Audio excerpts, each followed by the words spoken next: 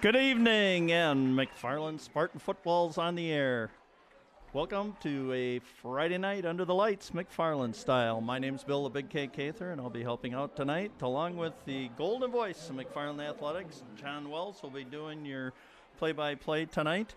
Tonight's opponent, the Evansville Blue Devils, coached by Mr. Garth Coates. Division IV, 548 students.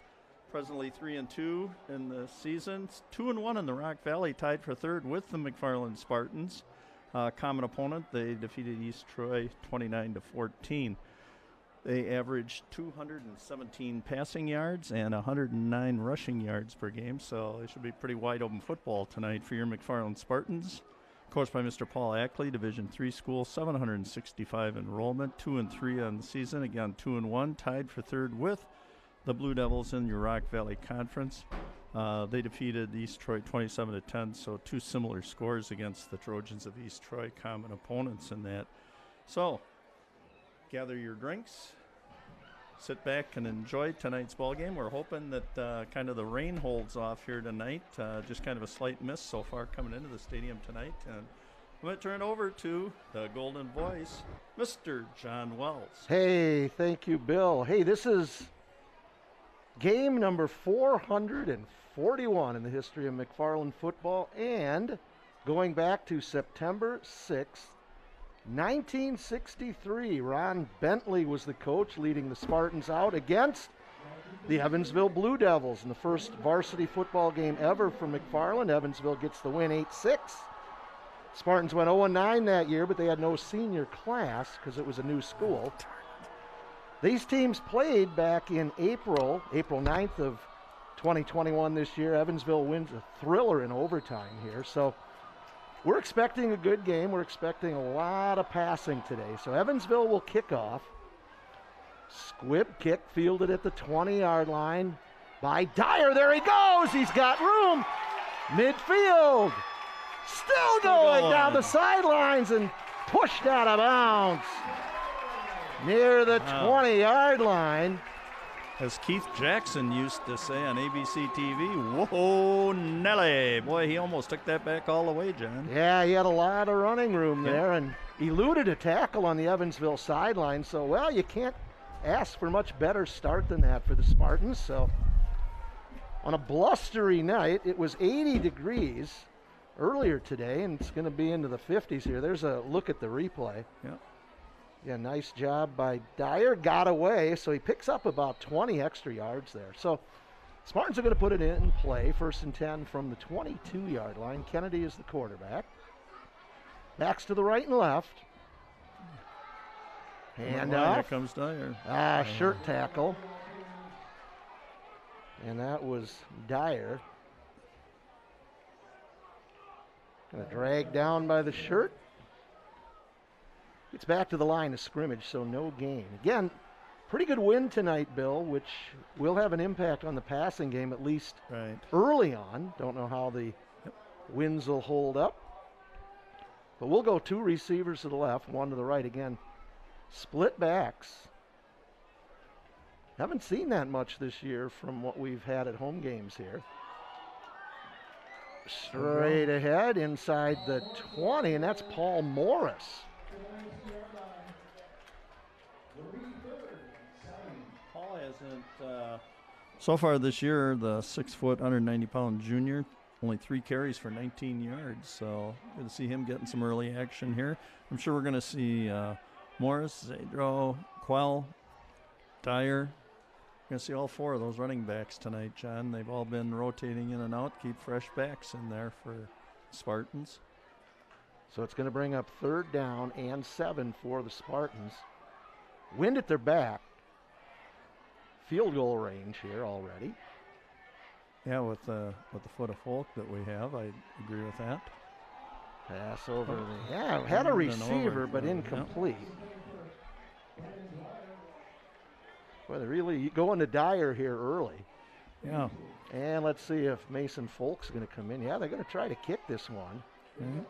Cooper Kennedy coming in the game tonight, 46%, 31 out of 67, 5 TDs and 8 interceptions, and just little wide and a little overthrow on his first attempt there. We don't know how wet the football might be coming off the misty turf so 37-yard attempt by Folk. Kick is up, and it is no good. Had the distance. Wide left. It was a Minnesota Vikings kick, as we call it. Wide left. Although the Vikings lost last weekend on a wide right field goal. So I guess they go on both sides now. Spartans come up empty on the first drive after a great return by Dyer. Spartans only able to pick up 3 yards. Right. And the field goal is no good. Attempt is no good. So now here come the Blue Devils. And let's see if Chase Maves, we could almost call them Air Maves. Yeah, he's thrown for over 1,000 yards already this year in 5 games. Evansville comes in 3-2, Spartans 2-3. And straight ahead run, that is number 23, Johnson. Alex Johnson, 5'11", 175-pound senior. Yep, 83 carries, 294 yards, and 2 touchdowns so far for Alex. Tell you what, they got some beef up front. Oh, yes. Grovestein Matchy is 245. Kopecky is 265. There is some size there. Yep, which is what McFarland's been going against all year. Well, they're going to come out and run twice. Going to be short of the first down. Cuso on the stop for the Spartans. Going to bring up 3rd down, and we'll call it 3. Ball at the 27-yard line of Evansville.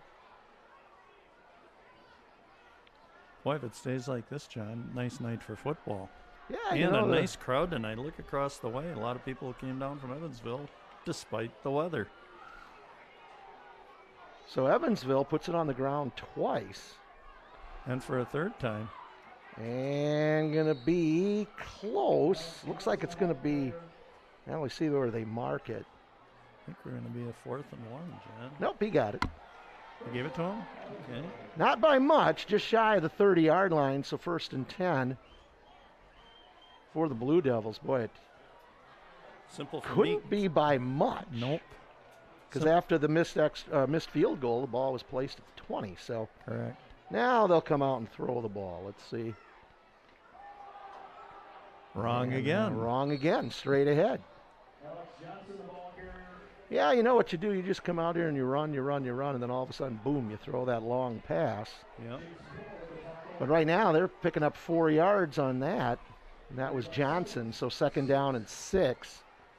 Ball at the Blue Devil 34-yard line. All right, we don't know, like in pregame, how wet that football might be and how Maves felt, if he felt comfortable in the pregame warm-ups throwing the ball. So,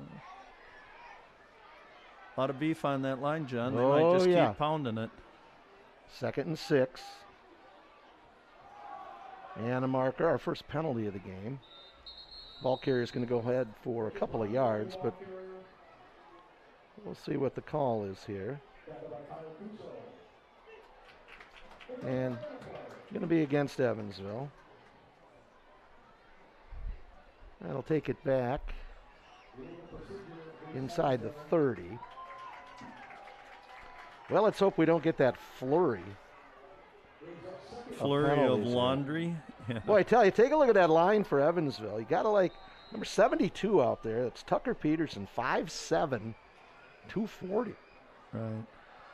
And you know, teams so far this year that we've seen have just tried to pound the ball at McFarland and had a lot of success with the size differential on the line. 2nd and 11. Incomplete. Boy, they had it set up on this side. That was Trevor Bars. 6'1", 160-pound senior, 14 catches for 426 yards and 4 TDs, John. And Bill, they had 3 receivers lined up on the left. We only had 2 on the coverage, and one of our defenders had to sprint across the field. But, boy, look at that ball that Maves threw. It was kind of a floater. Kind of a wobbly, yep. Again, the wind now not as much of a factor as it was 10 minutes ago. Right. Oh, boy, here's a late substitution.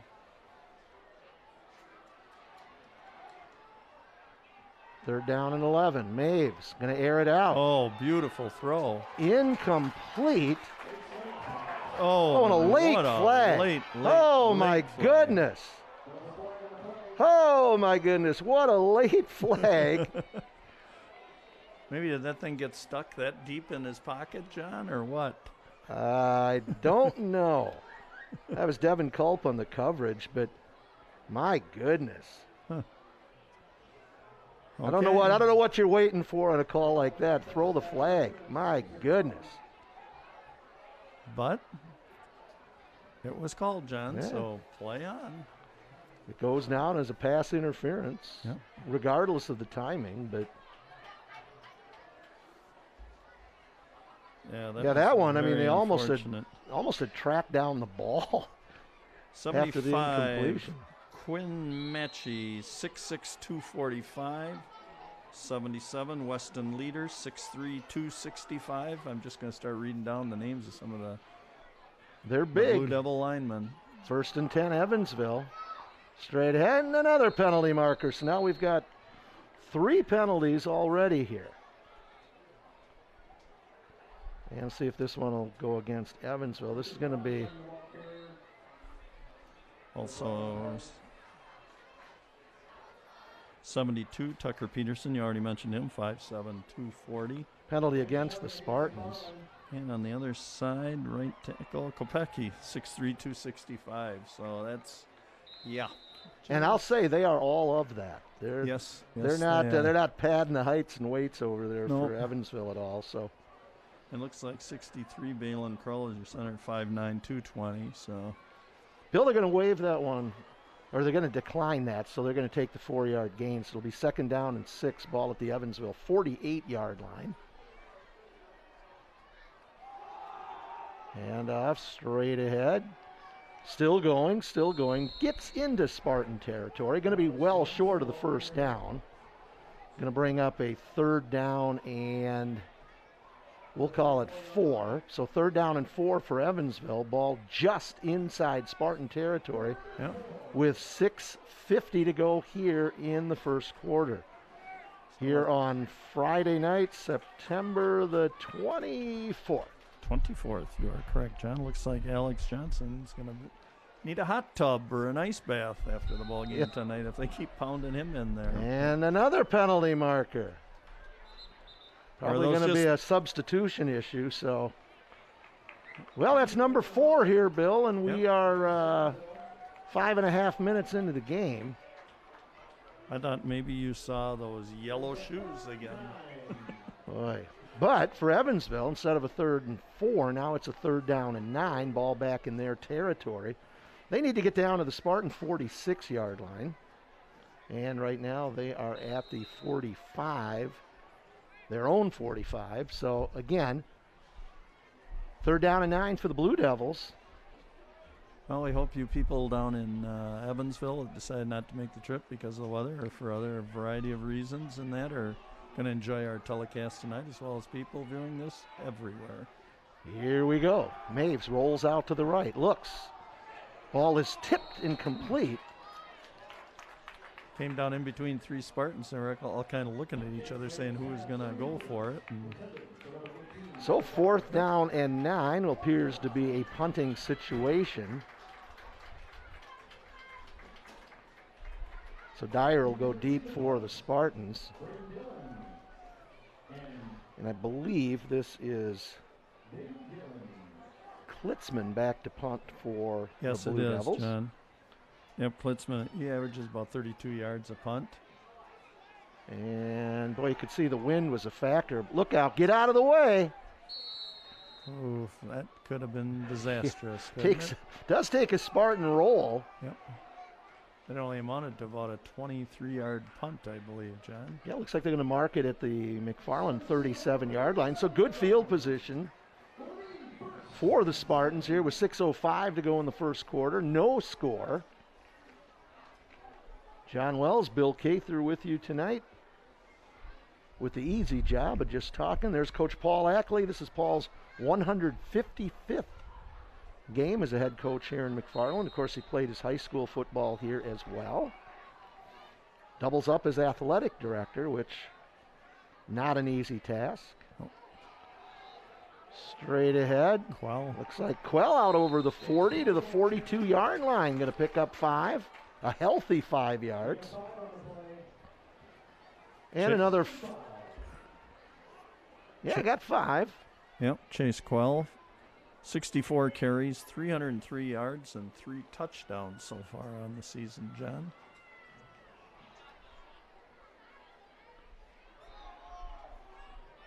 Again, Cooper Kennedy, the quarterback, number 2. 2 receivers to the left, 2nd down and 5. Straight ahead, maybe gets back to the line of scrimmage, not much more. That'll make it 3rd down and 5 for the Spartans. Again, Evansville pretty tough on that defensive line. Yeah, I wonder if they've got something designed here for Cade Rux, number 30. He seems to come from wide out into the slot position. And I wonder if they're going to look for him in some play down the field at some point in time here, John.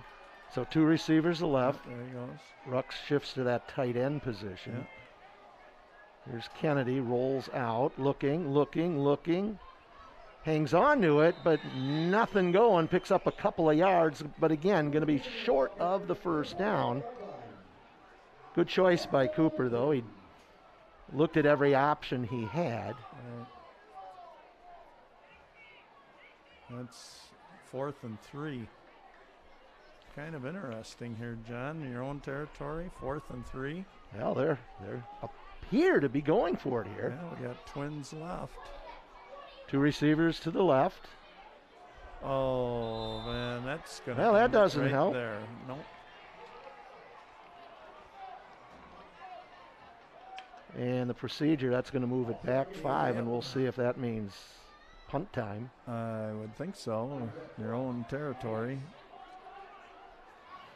And here comes a whole new group of Spartans. Oh, looked like they had a special play designed right there for that. I think it might have been designed to go to Paul Morris. Yeah.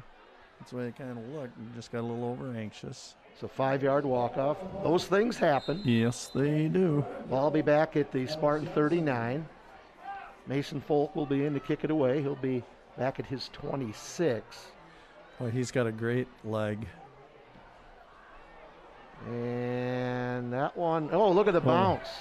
Stay in. It's going to go out of bounds, but we don't have an official close. No. Not an official close on that one to see where that ball went out of bounds. No. I kept looking, and it's like, there's nobody down there. All of a sudden, we saw him sprinting down the sideline to try and get down. And So somebody from midfield can see where that ball goes out of bounds, I guess, but they'll mark it at the 18, so nice job by Mason Folk. Really got the roll there. And again, with turf, you're going to see a little different roll than you would on grass. So 3:55, time on the clock here in the 1st quarter. Now we see 3 wideouts on the right side. One will come in motion. And they'll run a nice little spin there. And that's Johnson. He's done the brunt of the ball carrying for the Blue Devils here early in this one. Again, Evansville comes in 3-2, Spartans 2-3. It's really a big game, Bill, because you're going to have to win those 4 games in the conference. And the Spartans, they've got Jefferson, Monroe, and Edgerton yet on their schedule. right. I believe Evansville's got Monroe and Edgewood yet.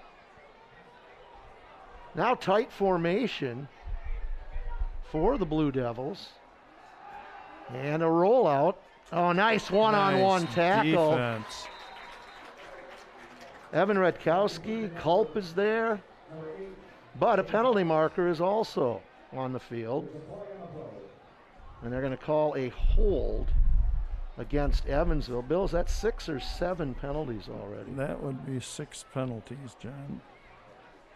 And I'm going to guess the Spartans may wave this one off. Let's I would see. think so. It's only about a 1-yard gain, John. And they do. Referee came running over, just assuming that Coach Ackley would wave it off. So 3rd down and 8. The ball is at the 20-yard line, the Evansville 20. Just don't want to give up a big play here. Nope. Well, we're going to call it actually 3rd down and 6. I'm just, boy, Evansville coming in. I'm sure that this run stuff has kind of surprised us so far. 3 receivers to the left. Nice tackle again. Very Boy, nice Spartan's tackle. a good one-on-one tackle. Was that Quell?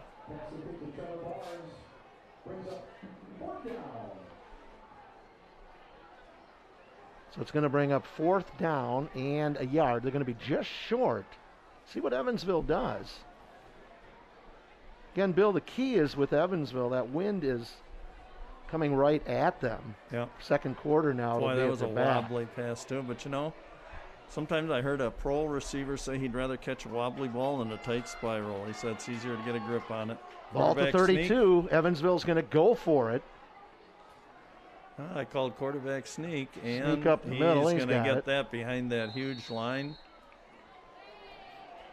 And a little extracurricular activity over here on the There. sideline. Yeah.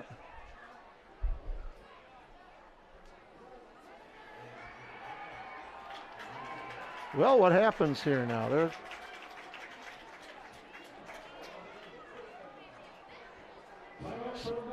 Boy, a measurement here, Bill. I thought he was clearly pushed forward, but they're going to measure it here. So did This I. is huge. I looked like he had And I'm going to say from where the, well, I don't know. looked like he had gotten the Oh, first yeah, down. it definitely looked like he had it. I can see some of that rain coming down. It's looks like it's a lot heavier than it is. It is always when it gets up in those lights in the stadium. Well, look at this. This is going to be. Yeah, they got it. They got it.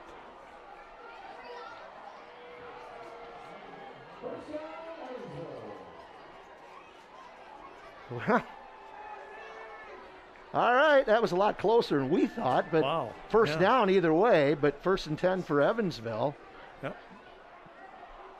The game just got kind of a strange feeling to it. Yeah, I don't know does. We're what it not- is. Nothing's really too much happening here, John. Yeah, just don't know. It's Sometimes they'd say each team's feeling each other out, John, trying to get a read on it, but I don't even know about that. 1st and 10. Inside handoff, Johnson up to the 30. Again, he's 5'11", 175, and a senior. Unofficially, 8 carries, 25 yards so far. Yeah, picks up 3 there, Bill, so 2nd down and 7. Really big excitement, John, was the kickoff, opening kickoff return. And Yeah. outside of that, we've been just pretty keep the clock running. We and needed not to get much some going. points out of that one, though. Yes, That was you're right. 2nd down and 7. For the Blue Devils. Here's a pitch. Ah, nice Oh. coverage. Kuso all over I tell you it. what, Kuso has been all over the field. We've been calling his name a lot so far, John. He just kept his eye right on, centered right on the ball carrier, and a nice tackle. Look at that. Now, boy, that ball was almost dropped, as you saw on the Stephanie Miller replay there. That ball was almost dropped. Correct. Again, we have wonderful graphics, wonderful replays, whatever else. This is just, Tell you right now, Bill, we said, whoa, look at that wind, John. yeah, all of a sudden it's picked up. There was a penalty. How'd we miss a flag there? Almost looked like he was called tripping or something on that. Yep, Tripping. it was tripping. Tell you what, Bill, we just are so used to the flag, we just think it's part of the field at Yep. this point. Penalty number 7, Yep. unofficially here in the first quarter. But a penalty's a penalty. And so 3rd down and 10 with 57 seconds to go. And Evansville going into the wind. They'll have it at their backs here in the second quarter. Here's Maves, rolls out to his right with pursuit. Broken up, almost intercepted. And that was number 23 for the Spartans, Blair Wood. Blair Wood.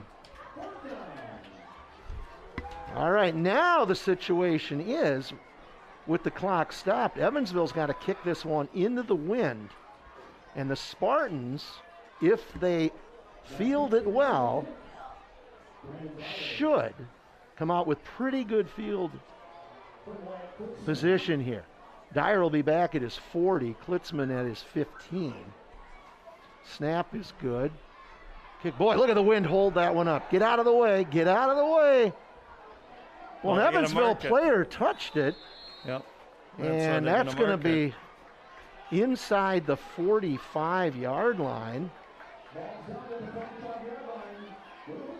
Well, that was interesting there. Boy, that wind's going to be a factor, John. Spartans are going to come out of it with very good field position. Again, the key was the incomplete pass stopping the clock, forcing Evansville to kick it away into the wind. But boy, that wind is really gusting now as the temperature has dropped probably at least 5 degrees from kickoff time.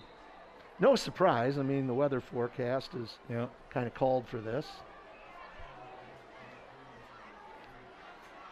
Dyer will line up in the slot, 3 to the left. Kennedy gonna go up, got a receiver. Oh, incomplete. That was Gillen. Wow, I thought it was. I just saw the ball, and all of a sudden it's like, we kind of slowed down. And yeah, I thought it was going to maybe be intercepted, and then I thought, no, it's going over and going to have a chance for reception, and then, boom, everything just kind of stopped. Look at this, kind of just. Yeah, I don't know what. It was what like Gillen there. lost sight of it or something. But Spartans throwing, they got the wind at their back, so why not here? 2nd and 10.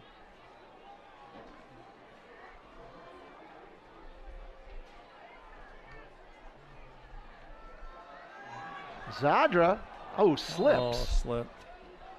Might have gotten a few more yards out of that, but he went down. That should be the final play of the first quarter, and we're going to come out of here scoreless.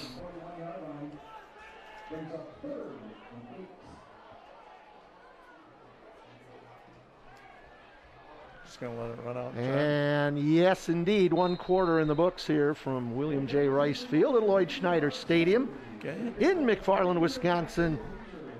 It is scoreless.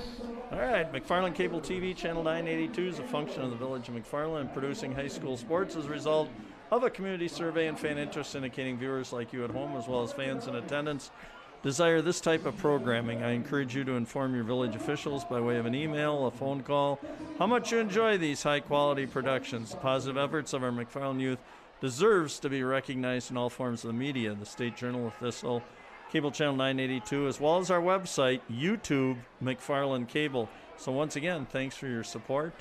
And again, it's time for me to mention, which I should have done at some point in time in the first quarter, tonight's stellar staff. At the top, Stephanie, the Queen Miller, Andrew, the Bearded Wonder, the Mastermind Day, BB, Benny Becks, and Patrick, Hasty Tasty. Those are our staff members tonight that are going to bring you this wonderful telecast, which includes great graphics, up-to-date graphics, replays. What a wonderful clear picture we get. Thanks to our local cable company 982 here. So thanks again to all of you. We'll be mentioning your names several times throughout the night. 3rd and 8, big rush, screen pass, dropped. And dropped. That's one of those, I'm looking to where I'm going to run and just took my eye off it. He had blockers in front of him and everything else. Kind of another would-have, could-have there, but we could have had a chance of picking up the first down here. Yeah. Again, Folk will be in the kick. He'll punt it away. He's inside Spartan territory. And I'll bet he's going to put it it's inside the 10-yard line. It's into the wind. So he's got a big leg. And penalty marker. That'll go against the Spartans. Penalty number 8 here in the game. Yep. And kicking into the wind, you don't need 5 more yards to have. Again, penalties are penalties, but when it's game 6 of the season, you just don't expect to see this many. But good point, John. Yeah, it's just that staying concentrated. Kids in McFarland here did not have school today, and sometimes you lose your focus. I think that hurts. Oh, I agree. Get out of your routine. So now Folk will be back at, his 43. Now still gets a good kick, angling for the sidelines. Again, we're going to see where this one gets marked. Should be inside the 30. Well, you can see the rain across your screen in your picture. Yeah, it's kind of thinned out the McFarland crowd on this side, though the student section is very strong tonight. Oh, students, they love this because it's something to talk about and to say, hey, I survived the game and all this other stuff. Bill, there might be a flag. There is a flag. Number 9. Flag number 9. They're going to call it holding against Evansville, so that's going to move it to, well, where are they going to move it here? Inside, should go inside the 20.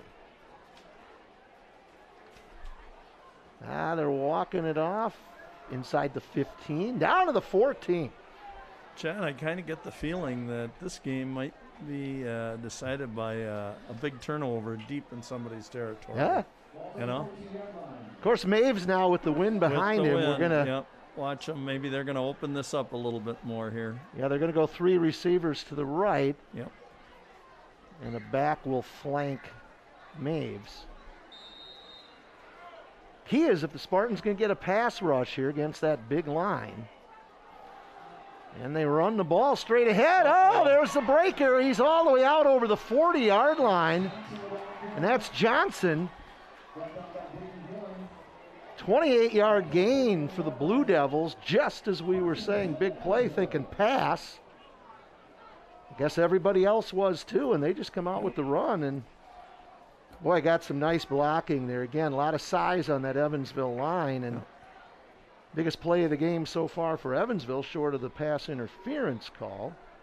So ball's going to be at the 41-yard line, 11:35 to go here in the first half.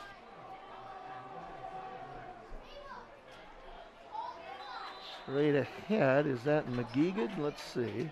Now that's Johnson again. Is he the only ball carrier they've had, Bill? Yes, he is, John.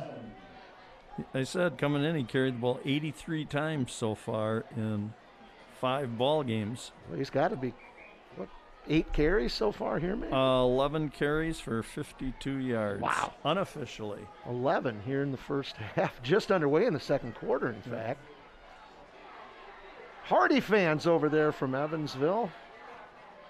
No protection from the elements over there. And receiver comes in motion right to left. Johnson out over the 45 to the 46. Going to bring up a 3rd down and 5 for the Blue Devils. Keep waiting for this tent down here on the McFarland sidelines to go over, but not yet. I've seen it. Clock running as we work our way down near the 10-minute mark. Having fun here tonight from William J. Rice Field. Of course, we can say that because we're inside. But Friday night under the lights. Johnson, he's, second effort. Yard short, John. Yeah, see where they mark it. We know it's going to be 4-down territory either way. Ball right at midfield, so 4th down and 1. I like this. 4 downs, that's how it should be. Get rid of the punt. Is he going to sneak it again? Ooh. Yeah. Well, he got stacked up initially, and then he got some help from behind. Yep. And he pushes forward down to the 46-yard line, so that'll move the sticks. 1st and 10 for the Blue Devils. So came in here tonight talking about how, hey, this could be a really high-scoring game. Right. I think maybe weather-related with the wind and the rain and stuff like that. Maves actually has carried the ball 26 times for 105 yards so far this year, so he's there's that Evansville crowd there. Times, yeah.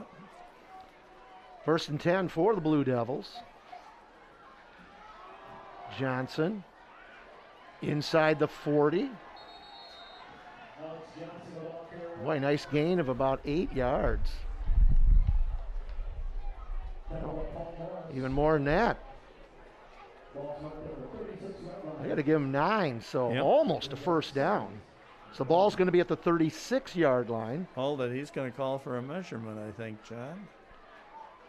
Signaled first down. Nope. Going to be second. It's short. Less than a yard. Yeah. Again, ball at the 36-yard line. They'll go 3 receivers to the right. He might just throw it here, John, knowing he's only got 1 yard. Second down. And why not? Yeah. You called it. Yeah. The McFarland defender completely turned around, did a whole circle. Unfortunately, that ball was not catchable. No, not catchable at all. But again, a good call because now it's third down and short. Right, you got 2 chances to make 1 yard. I mean, he could step up in there and sneak it twice, and I'm sure get. Boy, and Bill, how many situations have we had already in the first half where Evansville has had a third or a fourth down in less than a yard? Right. And here goes again, just off his left guard. Yep. More than enough inside the 35. I think he's probably a pretty safe bet to pick that up almost every time, John, with the line he's got in front of him. Yeah, for sure. They're kind of winning it at the line of scrimmage here. So the ball's at the 34-yard line, so it'll be 1st and 10 for Evansville. Again, we're at the 8-minute mark to go here in the first half. It is scoreless. However, the Blue Devils are on the move.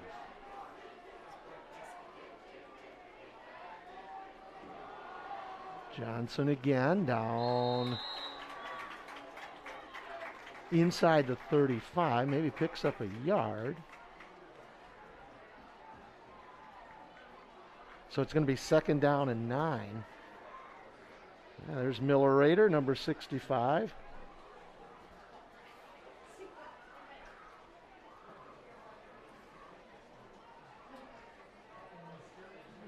I'll tell you, whoever gets that first score, it's going to be a big advantage. Yeah. 2nd down and 9. Handoff straight ahead. Gang tackle by the Spartans, shy of the 30-yard line. Going to pick up just a couple. And that'll make it 3rd down and 7. How about 16 carries for 71 yards, John, in the first half? Unofficially.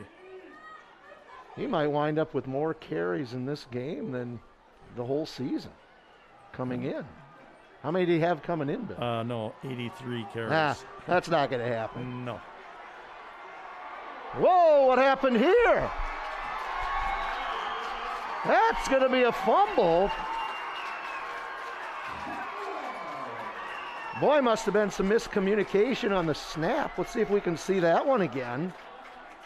Well, the thing that I don't get is Maves just sat there and watched the ball sit on the ground. Watch this.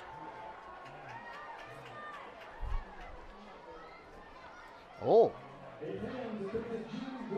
Yeah, I think that caught him on the way through.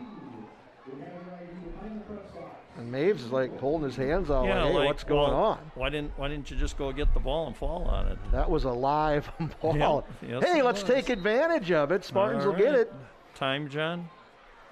6:36 to go here in the first half. Thank you. I can't see the scoreboard. That's what I'm asking, John.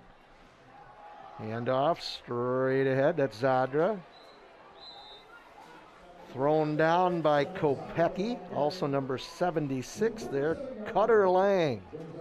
I love it. Cutter Lang. Gain of 3, so 2nd down and 7 for the Spartans. This first half's going pretty quick, John, isn't it? Much quicker than we anticipated. Correct. Again, just whatever we predict, go with the opposite. Seems to work. Yep. Yeah, this one they've got coverage. Zadra's going to spin, but not going to get kind of a busted play there. So now it's 3rd down and 7. Well, it's like both teams are playing it, to use a cliche, close to the belt, aren't they, John? Yeah, it's like we're playing very defensively, like, hey, we just don't want to make a mistake. But it's like a chess match. Yeah. Playing not to lose instead of playing to win. And we got a lot of chess players still on the board. Nobody's really taking them. Now there's some confusion here. Dyer will shift. Now they got to take a timeout. Yeah. Good call. You could see the confusion from here. Yeah, you don't need to make a mistake this deep in your own territory again. So we'll take the timeout. Again, as we're saying, this is our 441st game. And the question is, what's the overall record? The Spartans have won 240, lost 193 with 7 ties. Yes, back in the day there were ties. In fact, a few of those ties were 0-0 ties. And Bill, the interesting thing here in McFarland is, in the history of the program, it started as a Frosh soft program in '62. In almost 60 years, there have only been 5 head coaches, and of those head coaches, 2 of them, I believe, have a combined 5 years, maybe 6 years. So Bill Rice, Scott Rice, and Paul Ackley have basically been your head coaches for over 50 years. Yep. Yeah, that almost rivals our total, what do we say, 70, how many years of coaching? 70-some years, our combined years of coaching kids and that. I do miss the coaching, I have to say that. And well, I did 42 years worth of coaching. Big play for the Spartans now, 3rd down and 7, single back behind Kennedy. They'll go 3 to the right. 1 in motion. Kennedy knocked down. Boy, just kind of weakly threw that. Yeah. That was just batted down. Was that number 40? You know, I like the call because, again, I've been calling for this in the home games we've had, is because we're undersized in the line and Kennedy's getting so much pressure that I'd love to see just a little screen. Just didn't get that one up high enough, but credit the Evansville defender. So Folk will be inside his 25. Boy, let's see what he does into this wind again. Nice kick. Oh, he gets the roll and again. He gets that big roll. My goodness, he's going to wind up with a punting. That's a 44-yard punt. It's going to be down right at the 20. And again, Bill, I'm looking at the flag, and the flag just kind of went limp right when they were going to snap the ball there. So the Spartans, Mason Folk has just done a nice job out there. All right, let me mention this. Upcoming McFarland football games. We have Friday, October 1st versus Jefferson homecoming here, so if you can get out to the ball game. They're away on Friday, October 8th against Monroe, and we're home on Friday, October 15th, Edgerton, which will be senior night. Those are our remaining football contests after this evening. 1st and 10, Blue Devils. Johnson pulls ahead for a couple of yards. Oh, really? That was Johnson running that ball? I believe so. I'm saying that sarcastically. 17 carries, 75 yards in the first half. 4:40 to go here in the first half. 2nd down and 8 for Evansville. Ball at their 22-yard line. No score. There's a look at Maves and Johnson. Again, Maves a senior. Okay. Going to go to the air. Airs it out. Intercepted by Cuso. He's going to go into the end zone for the touchdown. Holy cow. There was the mistake. Boy, he threw it right to him. Oh, my. Cuso. Bill, 4:18 to go in the first. But there's a flag. There is a flag. Yeah, let's see what happens here. There is a flag. Why not? See what happens.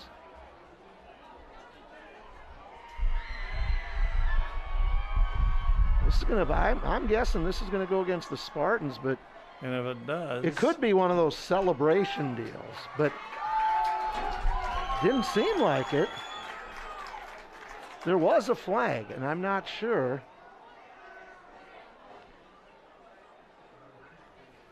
There's been a lot of confusion on some of the calls tonight, and I don't know. There was a flag. The official is out there. Unsportsmanlike conduct against McFarland. Now, when did it occur? During the run back, or? I'm guessing it was after. He said it'll be assessed on the kickoff. Yeah, so that must so have been. But another flag. I think we've entered double figures for. We are at 10 flags, John. So snap, ball placed, full kick is good. 4:18 time on the clock here in the first half. McFarland strikes first. Not offensively, but defensively. And they go up 7-0 over the Evansville Blue Devils. Now you've got to kick the ball.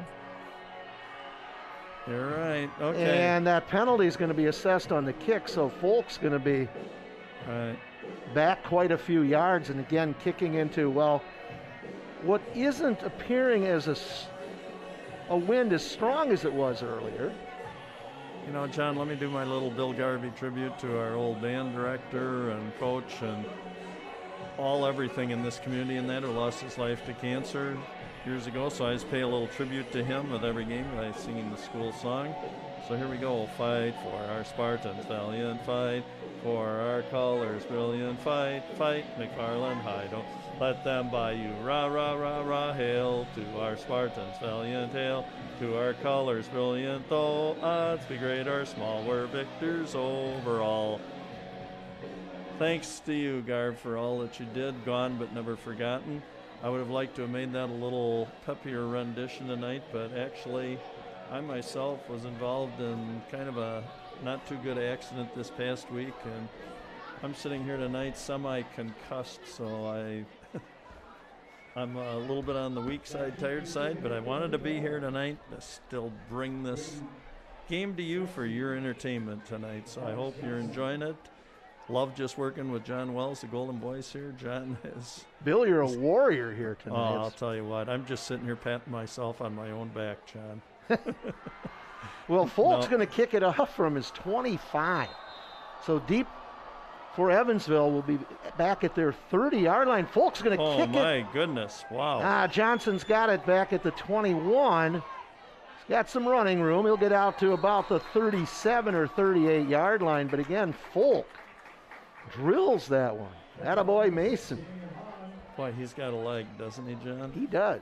Yep. Said that all year. So, again, just to mention the names of our staff again tonight. Stephanie, the Queen Milla.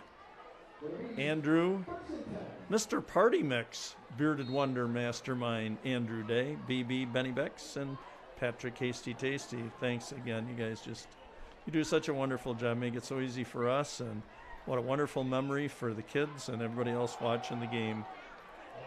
Well, penalty marker here. Johnson on the carry. Nice tackle, Paul Morris. Also, Cuso is there. Yeah, this could be a hold against Evansville. Who knows? It is. We won't even attempt to guess. No. Again, this was a tight one back in April. Went to overtime, and Evansville picked up the win 30-24. So here we are, a few months later, at home again. That's kind of interesting that we were home twice. So for Evansville now, ball will be back at the 31-yard line, so it'll be first down and 18. Clock is rolling with 3:55 to go here in the first half, with your Spartans on top 7-0. Two receivers will go to the left. Maves will roll to the left. Throws, got a receiver open, complete, pushed out of bounds. And that's number 80, Graydon Geske. 6'2", 158-pound junior, pushed out of bounds.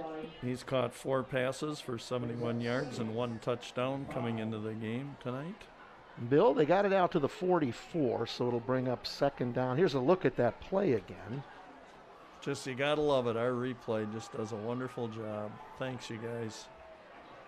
Like Steph said, Stephanie Miller, this would be our stellar staff. And there are other accolades we could drop on him, which we might. Johnson going to get out near the first down marker, might be just a shy short.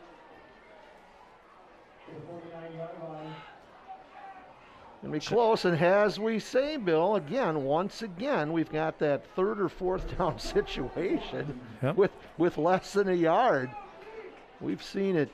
It seems like half a dozen times here in the first half. You know, I was thinking that could be a tongue twister. You said he was a little shy short. You're saying that 3 times. I think I just misspoke. The scrum, they just push it straight ahead. Yep. He'll get the first down. I wonder if they just call that play rugby, right, when they send it in? It's got to just be listed as that. It's what it's come to. Rugby or scrum or whatever, and it just means, say, pack it in and run behind the big boys. Bill, under 3 minutes to go here in the first half. Evansville now with the ball in Spartan territory at the 49-yard line. And it'll be 1st and 10. Again, that flag now. No wind right now.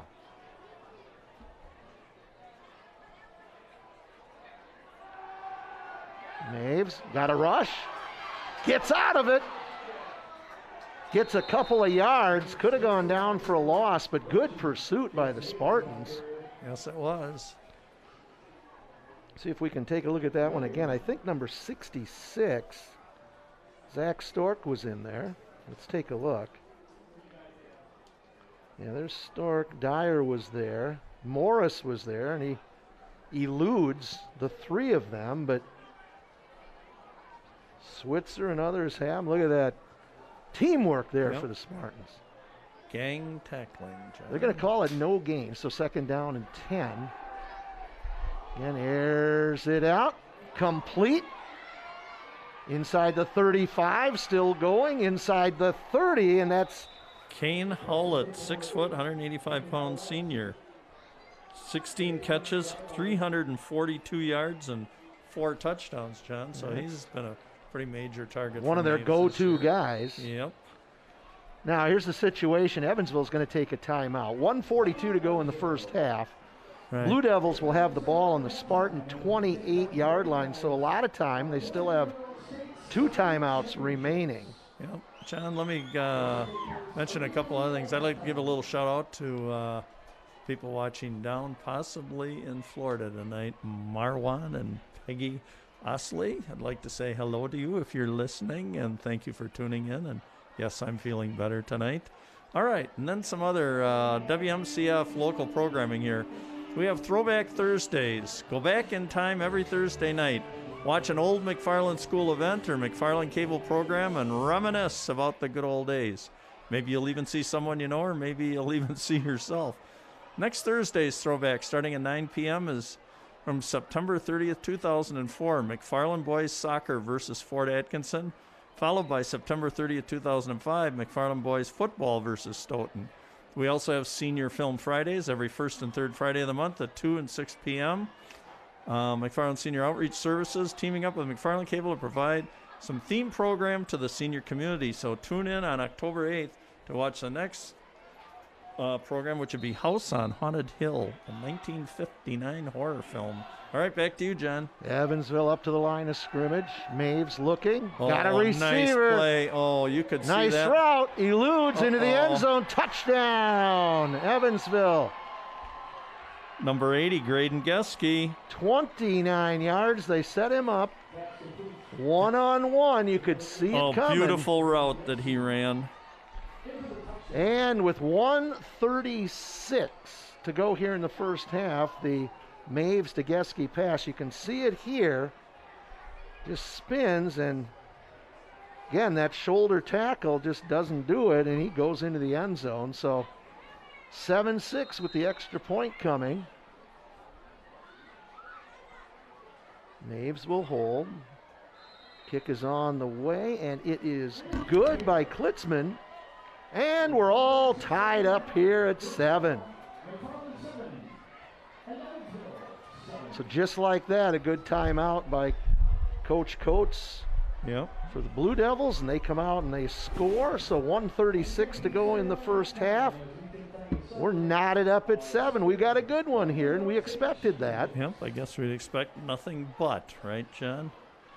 So all of a sudden we were sitting here thinking, hey, it'd just be a big turnover, but that actually came on a nice little drive by the Blue Devils that time, mixing up the run and the pass.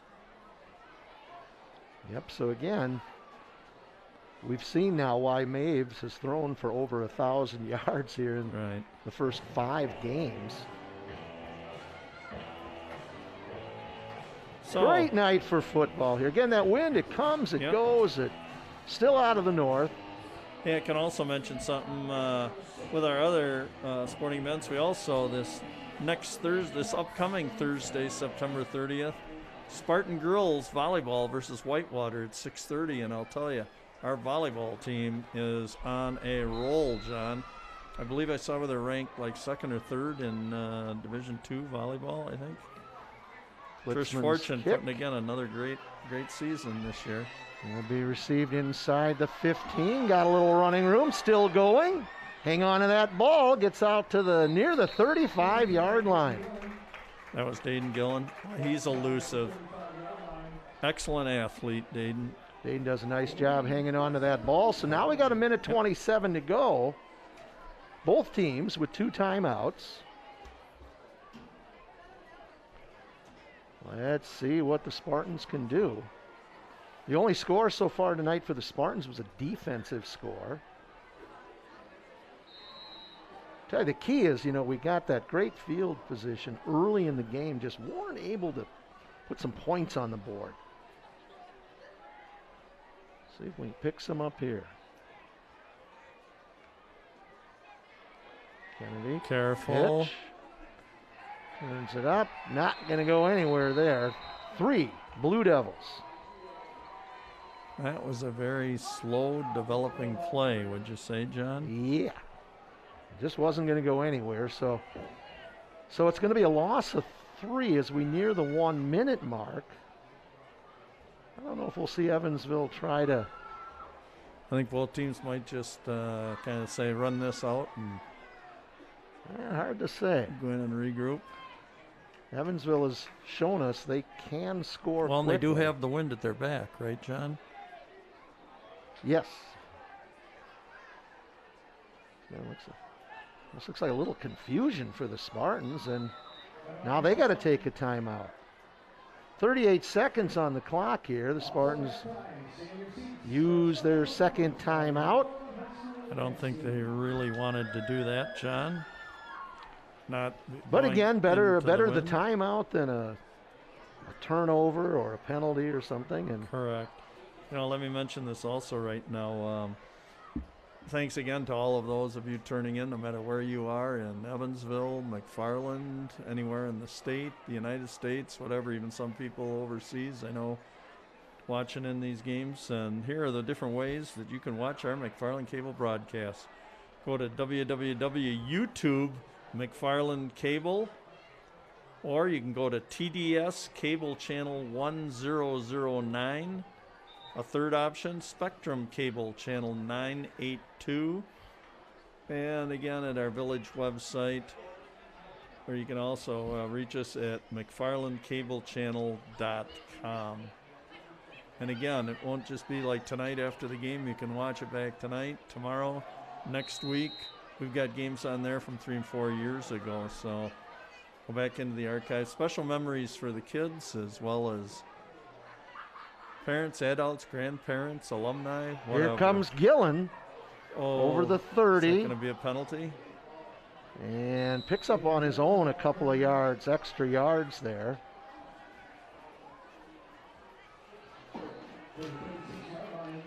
And they'll mark it at the 36. Got a few back, but it's going to bring up 3rd down and 9, 30 seconds, time on the clock.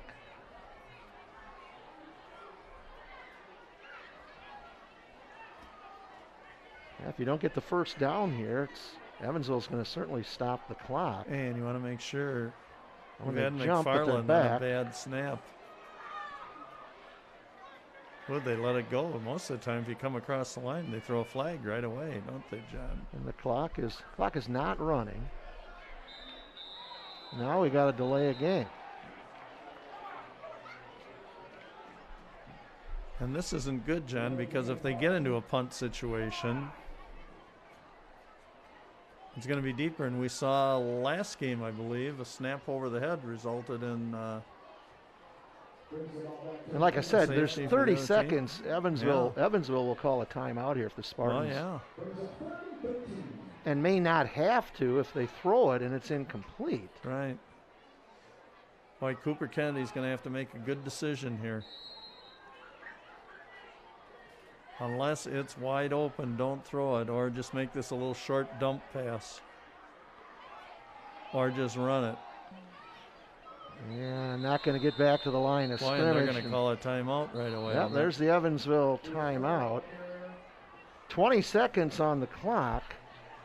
Was 20 seconds on the clock. Well, now you got the situation where Evansville can bring the house here on the Oh, path. yeah, nothing to lose for them, John. Rushing the punt. Oh. Now you just got to hope you get out of here without Yep, a mistake. without a mistake, a disastrous mistake here. We've seen high snaps.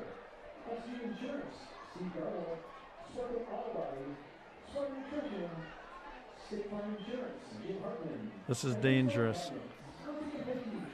Yep, hopefully we'll get it away. It's kind of what we thought, that not that the penalty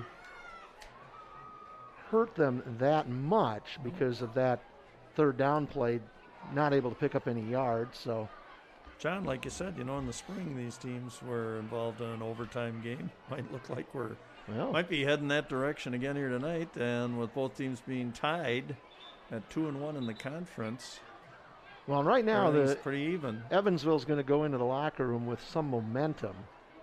Again, the Spartans' only score came defensively. And Evansville's going to get the second half kickoff, John. Yep. Folk will be at his 20 to Just kick make it a away. good snap. Good snap is essential here.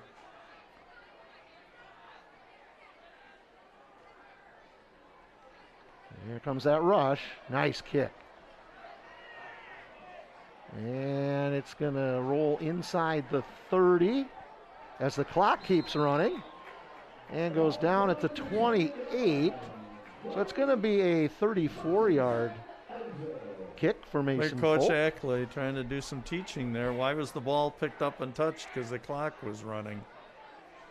Yeah, because now what you've done is you've given Colts given- you've given Evansville Maves play. a chance to Yep.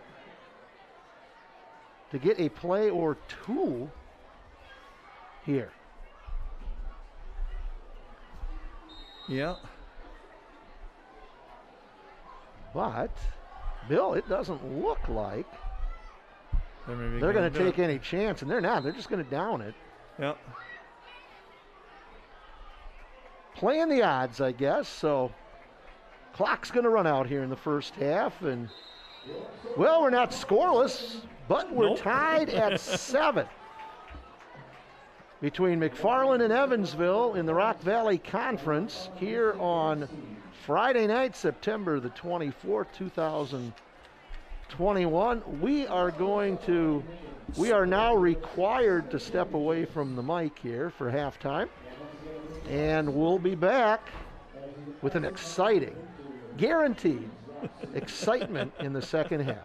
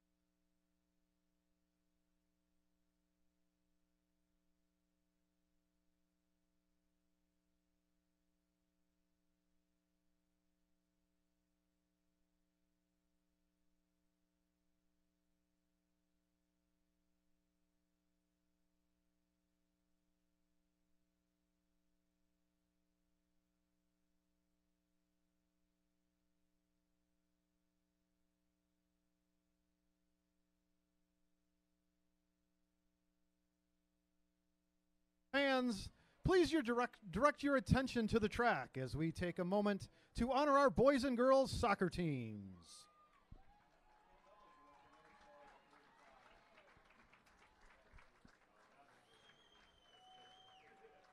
The McFarland High School boys soccer team continued their tradition of success on and off the field this spring in the spring season of 2021. With an incredible senior class and leadership coming from all players, the team reached the WIAA championship game for the third season in a row. Season highlights include the following: first WIAA state title in program history, first undefeated season in program history, 6 consecutive Rock Valley Conference title, 11 players were voted to the all-conference team. The team set a conference record with 8 McFarland players selected to first team all-conference. They had the Rock Valley Conference Player of the Year and also had 3 players selected to the WSCA All-State team. 2 seniors were selected to play in the WIAA Wisconsin Senior All-Star Game. They had the WSCA and United Soccer Coaches Association State Coach of the Year. The team tied a WIAA record with the most goals scored in state team history. The team tied a WIAA record with most goals scored in the Division II state championship game with 6. The team shattered a WIAA record with 6 different players scoring in the WIAA state championship game. And to top it off, in what might be the most impressive accomplishment of the season, the team was awarded the statewide Sportsmanship Award for all divisions of boys soccer. And that's the second time the team received this award in the past 3 years. Congratulations to the players, coaches, and families of this truly historic season. Ladies and gentlemen, your boys state championship team.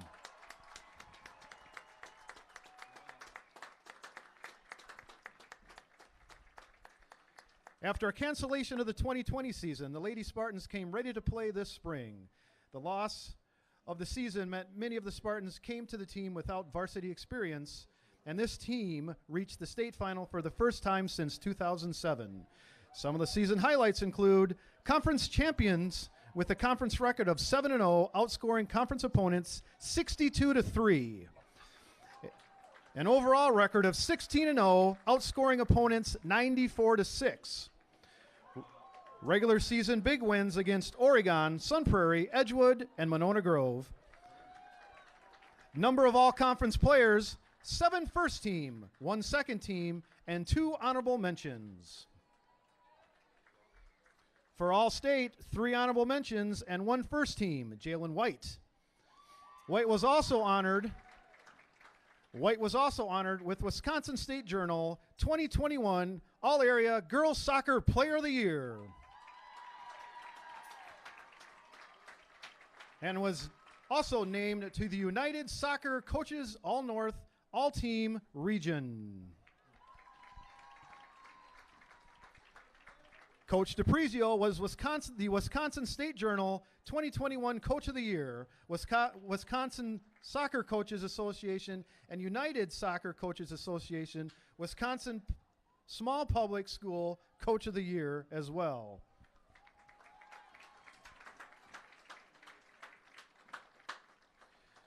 In the state final run, it included a shutout victories over Melrose, Monroe, Edgewood, Sugar River, and New Berlin Eisenhower.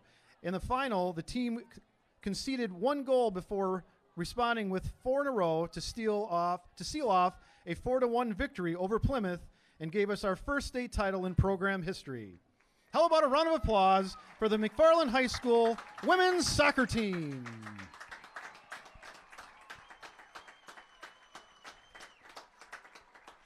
And once again, let's hear it for both our boys and girls state championship soccer teams.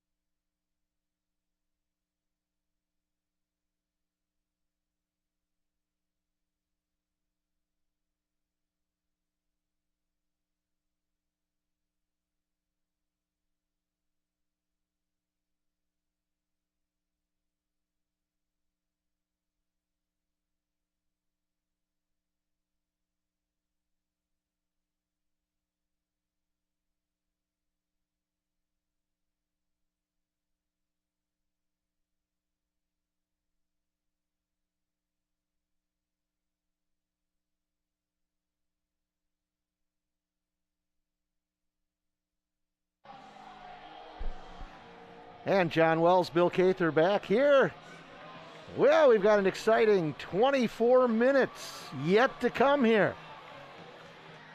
Evansville and McFarland. Evansville's been out on the field warming up for quite a while. Spartans late arrivals.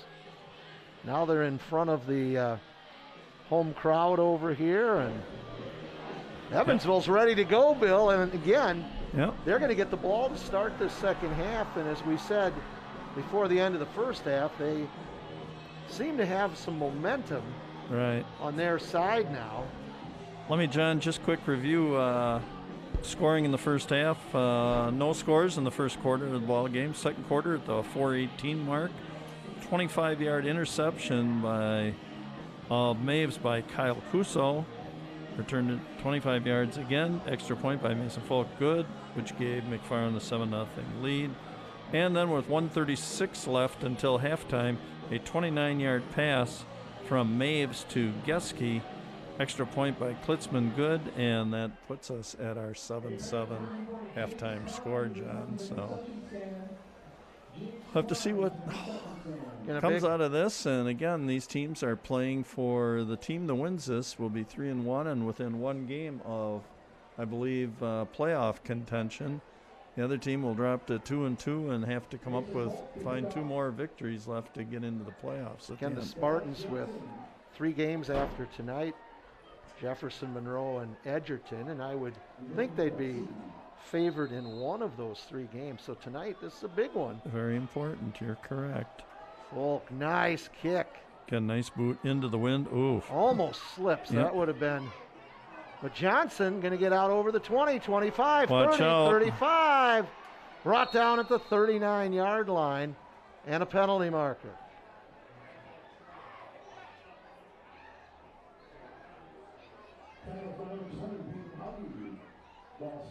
And a penalty against Evansville for what we do not know. And again, we're not critical of the officials. Their penalties are penalties, and just never, this John, late in the because, season, there shouldn't be as many penalties as we're seeing. But again, that was penalty number 13 on the night, John. This is a veteran crew out here tonight, so. And this is going to come way back. It's going to be at the 15-yard line. So that's where the Blue Devils will put it in play. And this is where the mistake was created last time, John. So maybe McFarland can get another break here off an Evansville mistake. And did I see a flag fly? Yep. Flag 14. It's going to be against Evansville. Arms are probably getting sore, you know, from the official. But again, I mean, it's a penalty. He was going to signal the wrong thing.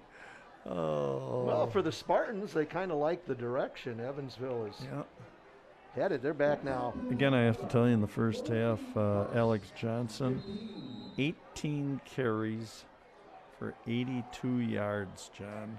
That's a busy first half. Call that a workhorse there. Yep. All right, so it's going to be first down and 15. Ball at the 10 for Maves and the Blue Devils. Straight drop. Got a receiver open. Dangerous pass. Incomplete. And that was good coverage there by Culp. Well, that's when you just step in front of him. Ooh. That ball was thrown a little low, John, so he couldn't have. Would have been a tough one. Second down and 15. Clock stopped. Hey, great to have viewers with us all over the region tonight. So, again, we probably pick up just as many on the replays. Correct. You can watch these for years to come. For years to come, you're correct. Fake handoff, Maves. Oh, underthrows a receiver who was open. That was number 80 over there, Geske, who caught the touchdown pass earlier. So third down, 15, big defensive play for the Spartans. early in the second half. You know, if the weather stays like this, John, it's pretty nice right now for Friday night football. Breeze has picked up. Again, it's come and gone here throughout the night, but appears to be dry. And again, a turf field. So 3rd down and 15. Big play for Evansville. Big play for the Spartans. Defense. Into the end zone. He's going to throw it. Oh, boy. Just hung it out there for Johnson. That could have been disaster for Evansville. Well, I think what he did, they were setting up a screen, and I think he saw that McFarland kind of had it covered. Yeah, we had a good rush. So 4th down. And Klitzman will be back in his own end zone to kick it away. Now we're going to get good. We should get good field position out of this. So again, Klitzman about 3 yards deep in his own end zone. Good snap. Gets the kick away. Line drive kick. Fielded at the 46. Got some running room inside the 40, 35, inside the 30. All the way down to the 25-yard line, and that's Gillen. Yep. And we have a flag. Dayton's a threat every time he touches the ball. And this one will probably come back. Another flag.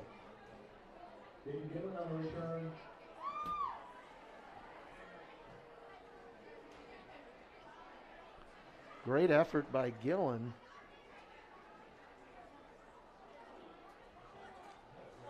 Well, they signaled it on Evansville. I think they pointed the wrong way.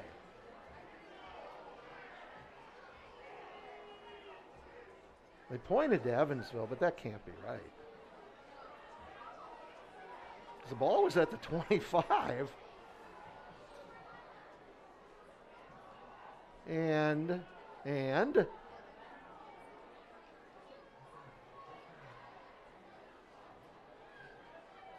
we're waiting. The drama.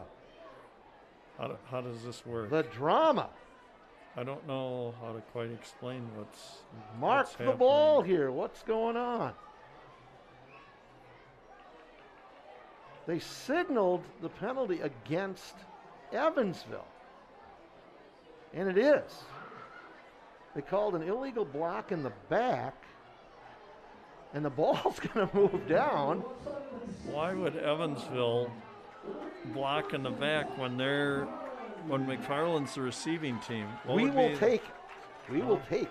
There was just, we weren't really sure. But now, you got to cash in. I'm sure Coach Coates is going to need an explanation on this. Yeah, also. They're shaking their heads over there, and I get it. I don't understand. I mean, this is a I'll crucial. block in the back when you're a defending team. This is a crucial call.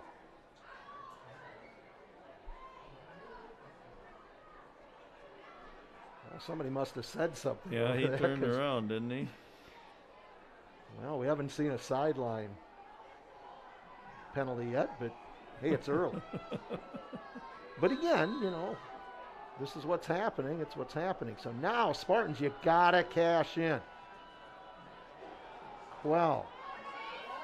Going to pick up 4. Gets it down to the 11-yard line. You got to come out of this with points. Look at the first half again. The Spartans got the momentum right off the bat. Now you got to do it slow here. on the handoff. And we're going to lose yards, and another penalty, and another flag. They're coming from all over. Yeah, they are. Oh! Do I count that as 2 flags, John? I don't know. It's all I know is you got the ball, great field position. You got to get some points. Looks like it might be a personal foul. And against the Spartans.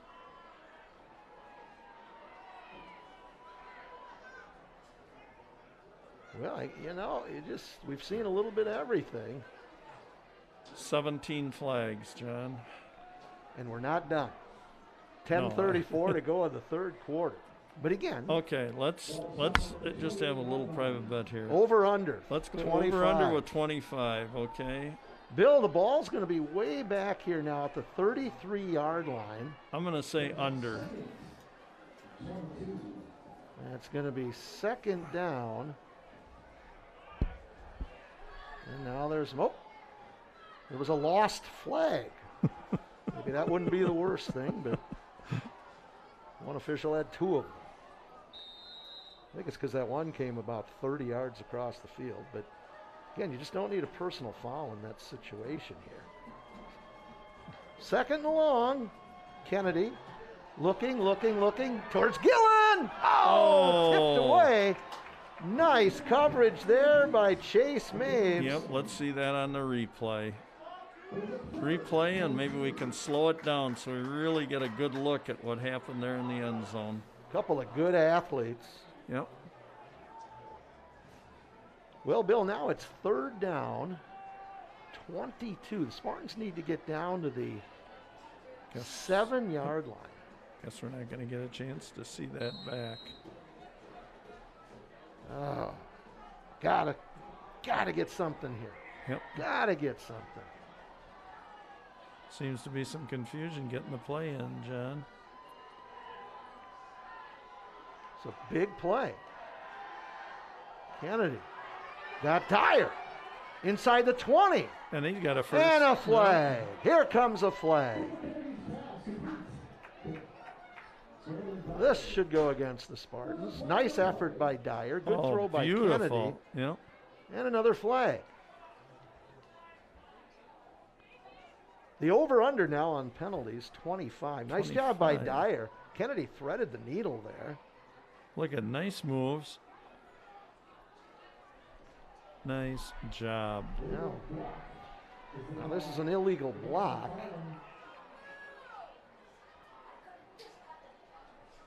Again, we're getting to the point, I think we said this in our last ball game, with a lot of flags, and then it just breaks up the entire rhythm of the game, doesn't it, John? Oh, it does. It just... You know, for not only for us announcing, for you, the viewing public, but also for the kids. It's hard to get into any flow. But again, you know, way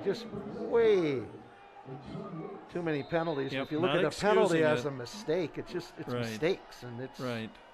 Not excusing it, not saying they shouldn't be called, but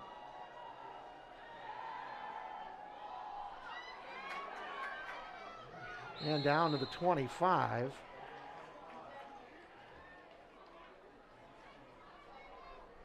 And I get a couple of yards out of there, but now it's at the 25. If you're looking at a field goal, you're looking at 42 yards. yep, that pass was complete to Culp.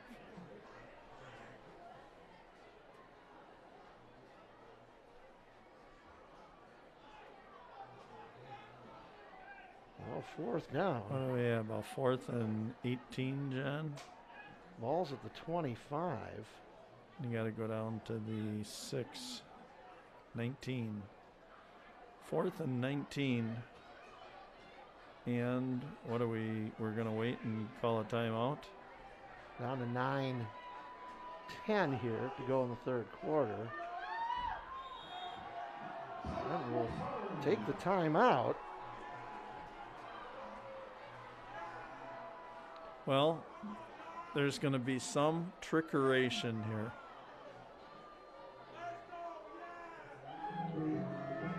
Yeah, I don't know. I mean, There is going to be some trickeration here, like a double pass or something, John, I'm saying. Or hey, I see Tyler Weedle sticking his head there in the huddle or walking by. I'm sure probably like to flip a helmet and a jersey on him right now and put him in there. He'd find the end zone, John. yeah, that school record field goal. I think it was 54 yards. Yeah. That number sticks out. And Yeah, I think we mentioned that before. so look at the Evansville sideline. Well, I tell you, Quinn Grove's team matches 6'6", 245. Number 75. Again, some big kids out there for Evansville, but McFarland's got good size in their line too, and it's been a Oh, and you a got war Will in the trenches tonight. Yeah, and they even get this Will Peterson also in there, 6'2", 205. Wow. Okay, this is going to be trickeration, John. Well, you just got to make sure you don't trick yourselves here. Right. Trickeration, and let's see what it's going to be. Ball's at the 25. They got to get 18 yards here. Kennedy airs it out and incomplete. And Evansville's going to get the ball as the Spartans turn it over on downs. Oh, we had such a golden opportunity. Yep. And again, the backbreaker there was the personal foul. Right. Yep. So 9 minutes to go. Evansville will get the ball for the second time this half. We've played 3 minutes. Seems like it's about 20 on the actual time. Yep. Yeah, we have more discussion with the officials, John. Well, maybe there's some trash talk going on out here or whatever. And I think the officials are saying, you know, enough's enough. And of course, we can't read lips. But in this situation, that appears to be what it's about.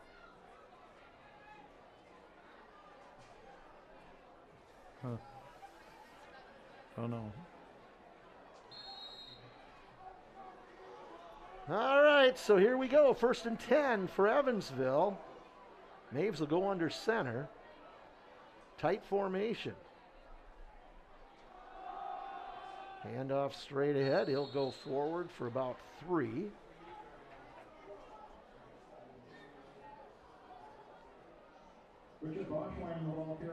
That was Braunschweig. And that's interesting because I was just going across the page all with Alex Johnson, and I wrote that carry in Braunschweig's category. So And I think he's carried it a couple of times now, and I neglected to call his name. So Braunschweig. Here we go. 2nd down and 7 for the Blue Devils.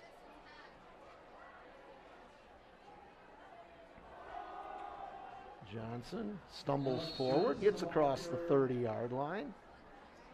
That'll bring up 3rd down and 4 for Evansville. 8 minutes to go here in the 3rd quarter. Big play for the Spartans. Get a stop here, get the ball back. Yep. Again, this is the 29th all-time meeting between these two schools. Evansville with an 17-11 lead in the all-time series. Again, dating back to 1963. Yep. Rolling out. Got a receiver. Nice catch. Oh, my goodness. Was that a beautiful... Is it in bounds? That was just an absolutely beautiful throw. That was Trevor Bars. Oh, now they're waving it off. Do we get a replay on it? I'm going to say it's incomplete. Wow. Evansville fans will see if we can slow this down at all. See this one again. Yeah. Well, I didn't see anything. Hard wasn't great about that, I can tell you. That looked like a pretty good pitch and catch, but good snap to Klitzman. We're not down there. Good kick, fielded inside the 35, out over the 35, driven back. And we'll call it at the 41-yard line. That's where the Spartans will put it in play, 1st and 10.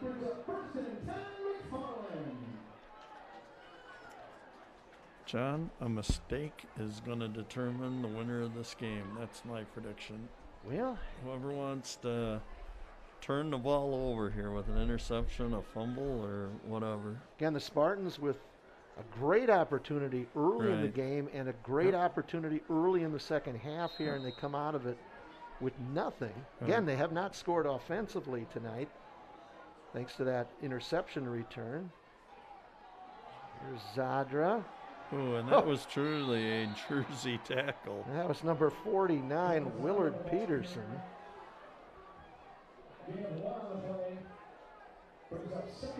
Boy, Willard just hung on to that jersey, and that was it. Yeah, McFarland's done really not much on the ground. Quell, 6 rushes, 4 yards.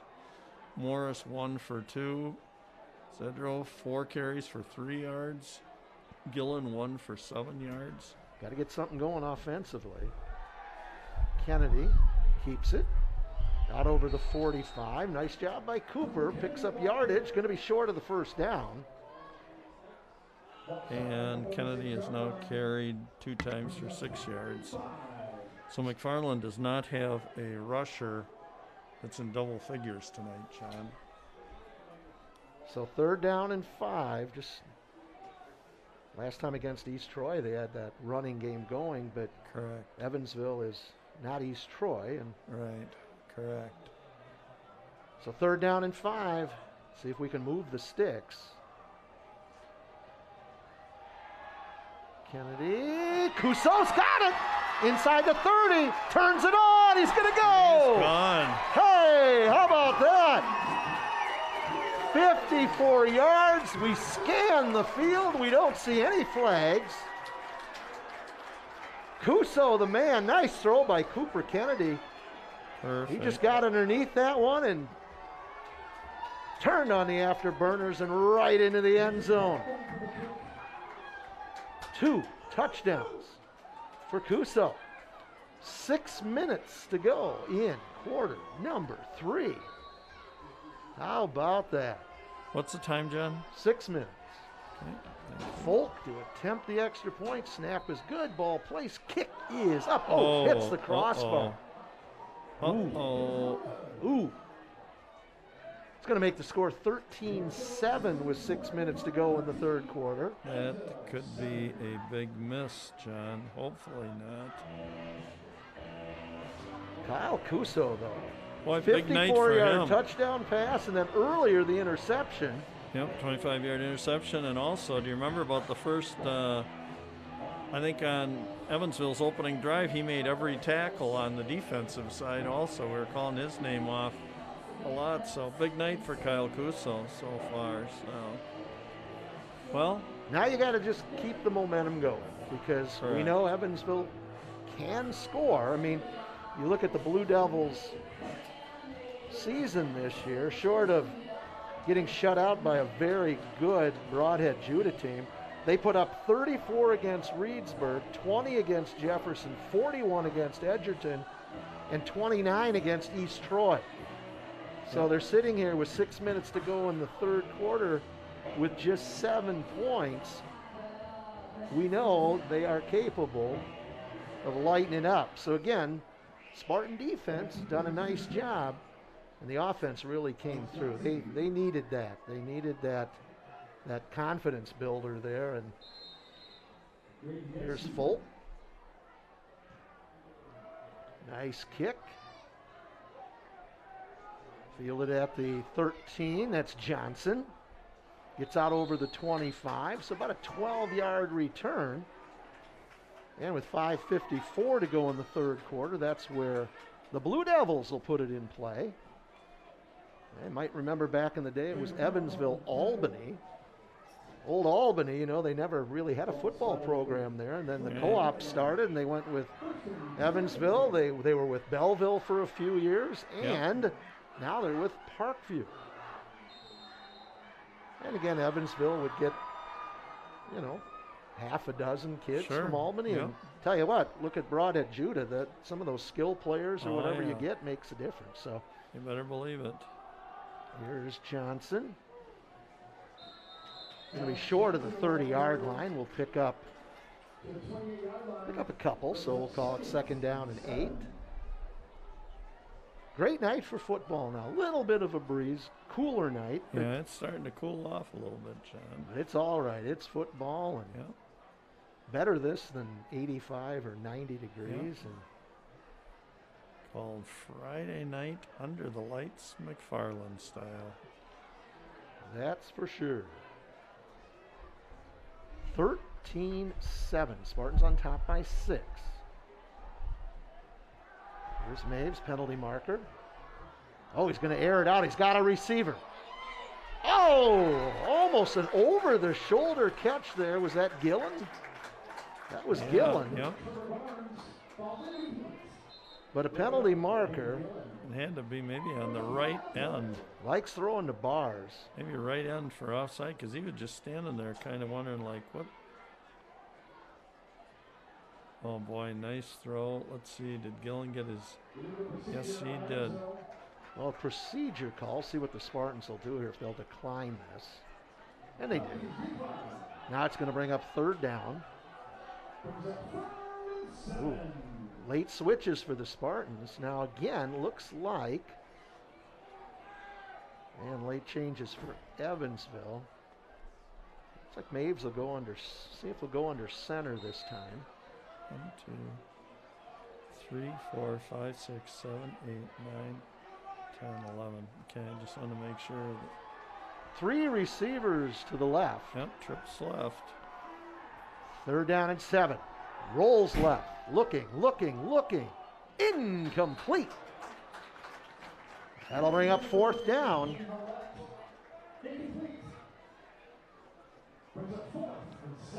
Great to have all of our viewers with us tonight. Again, it's Friday, September 24, 2021. If you're watching this at some point in the archives.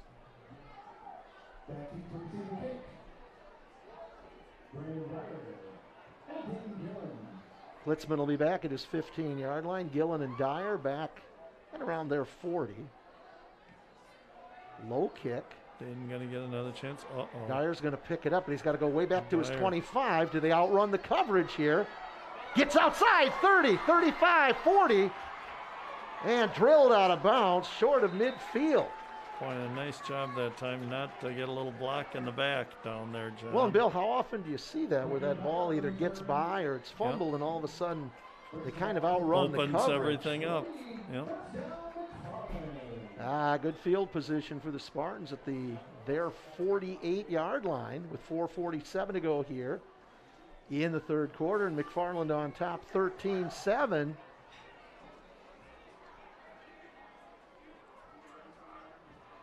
Keep it going now. Yep. Spartans. Another score would be nice, John, especially with that missed extra point. 3 receivers to the right. Kennedy airs it out.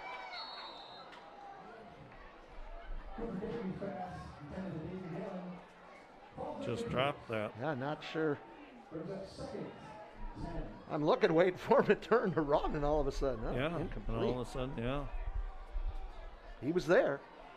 Yes, he was. So second down and 10. Again, 3 receivers to the right. Spartans, not going to say they're abandoning the running game, but looking to air it out a little bit more here. Boy, that could have been a pick 6. That had pick 6 written all over it. Travis Zastapel. Look at this. My goodness. Yeah, let's watch this on replay. Well, he would have been running the victory lane on that one. Yep. So the incompletion makes it a third down and 10. 4:38 to go here in the third quarter. Kennedy will look to the sideline. His Dyer will shift, so 4 to the right. Kennedy rolls. Almost intercepted, and I believe that was number 8, Kane Howlett. Well, yeah, so I need a big punt here out of Mason Folk. After a great return by Dyer. Right.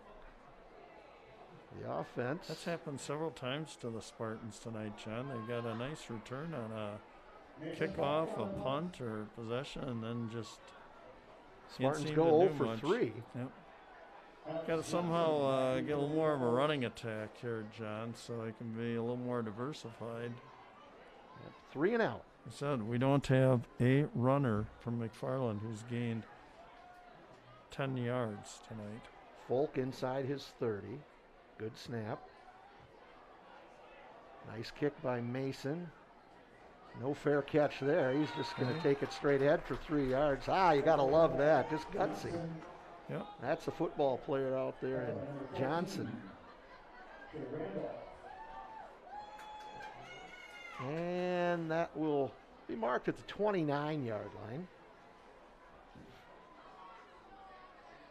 Again, John, I'm going to apologize to you and our viewers for cutting back on my commentary, but I'm getting pretty tired here. Like I said, I'm semi-concussed from an accident I had this week, and just happy to be here helping you out some tonight.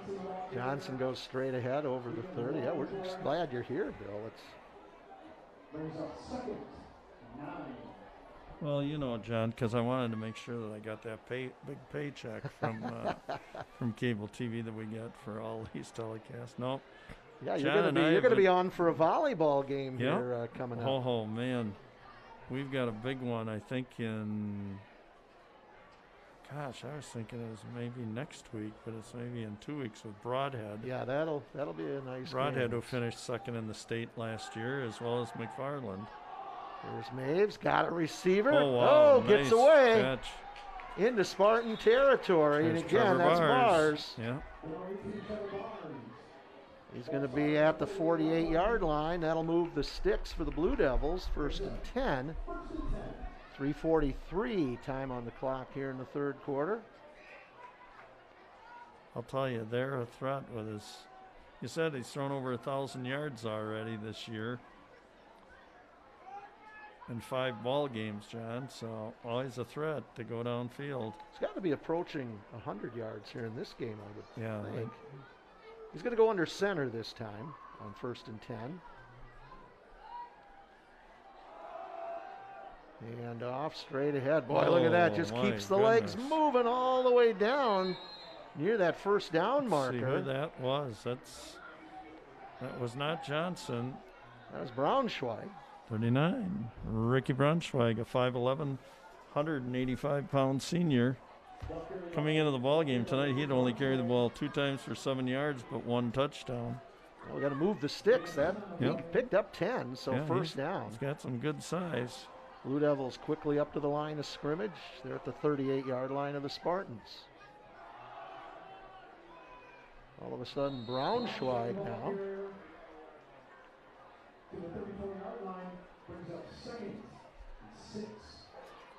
Starting to remind me a little bit about John Kuhn. Picking up 4. Of the Packers. Near in the 3-minute mark. Evansville on the move now. Ball at the Spartan 34-yard line. Trailing by 6. Boy, that could be a big missed extra point, John. You just hope that doesn't cost the Spartans. Keeper, Maves. Nice one-on-one tackle. Is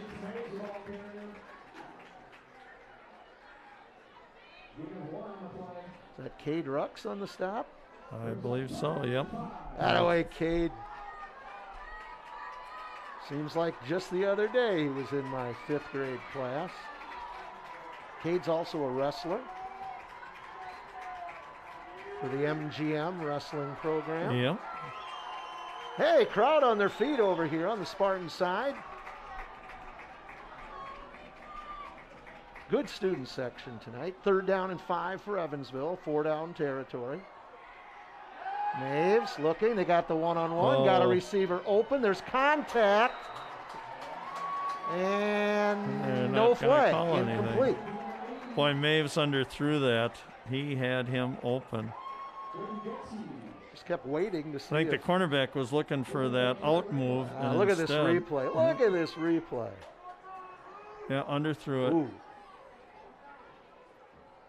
Well, incomplete.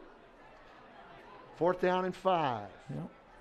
Again, our staff: Stephanie the Queen Miller, Andrew the Mastermind Day, Vivi Bennyvex, and Patrick Hasty Tasty. Again, just wonderful job, you guys. Wonderful, wonderful job. Time on the clock, quarter 3. 4th down. Maves rolls to his left, looking, airs it up. Receiver comes back. Incomplete, no flag. Ball goes over on downs to the Spartans. Well, that one just kind of hung up there, and Yeah, because he was rolling left. Somebody was coming at him really hard. Who was it? Spartans got a little lucky there. If that would have been another yard or two further. yeah, I'm not sure what. Again, the officials blew the whistle,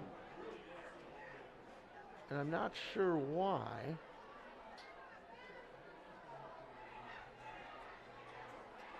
Referee was kind of holding up the hands like, what? And I don't know if it's a clock thing. 1:42 is on the clock. Spartans will take over at 1:52. Okay. Another big stop for the Spartan defense. And you look, they added 10 seconds back on, but get to the end of the game, and that's huge. Quell goes straight in. Flag. And a hold against the Spartans.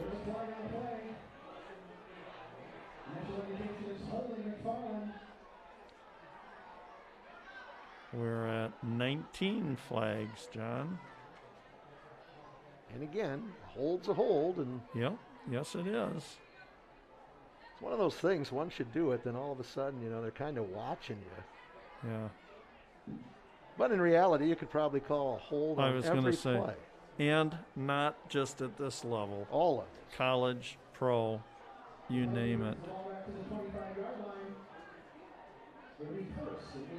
Ball goes back to the 25-yard line, so it'll be first down and 18. I guess, again, John, it really emphasizes how important teaching fundamentals are to players and kids at all levels and that, so this doesn't happen. Kennedy rolls to his right. Big rush. Gets away. Oh, Goes up, almost intercepted. that was almost picked off. Knocked down. Incomplete. So second down and 18. This is so interesting. I got to share this with you. The earplugs that I'm wearing, because I don't have a headset on tonight, it almost sounds like you're standing right exactly next to me when you talk, John. I keep thinking you're just talking right in my ear here, which you kind of are. But Got to talk through those. We got to talk through those masks tonight too. yes, yeah. A little bit of running room. Cuts it back up out over the 30. Short of the original line of scrimmage, so it's going to be third and long. 13 to be exact. Yeah, it's a challenge talking through these masks all week in the classroom. John, we have our first 10-yard rusher from McFarland. Hey. Chase Quell. Again, it's very challenging, I'll tell you, with the size of these lines that the McFarland's facing. Third and 13. Kennedy. Intercept. And dropped. That was Johnson out there. Boy, that was right in his gut. But he gets right back up, doesn't let it bother him, just keeps going. That's what you got to do. Yep. But again, Spartan offense comes up empty. Now we're going to bring out the busiest man in McFarland tonight, Mason Folk. Yep. And I'll be honest with you, Mason's punting has made a big difference in this game. Yes, it has. He is a weapon. Johnson will be back at his 38. Folk inside his 20. Snap is good. Again, good protection. This one's going to, take a big Spartan roll. And another bounce. Wow. And that's going to wind up down to the 27. That's going to be a 43-yard kick for Folk. He has picked up a lot of yardage on bounces. That away Mason.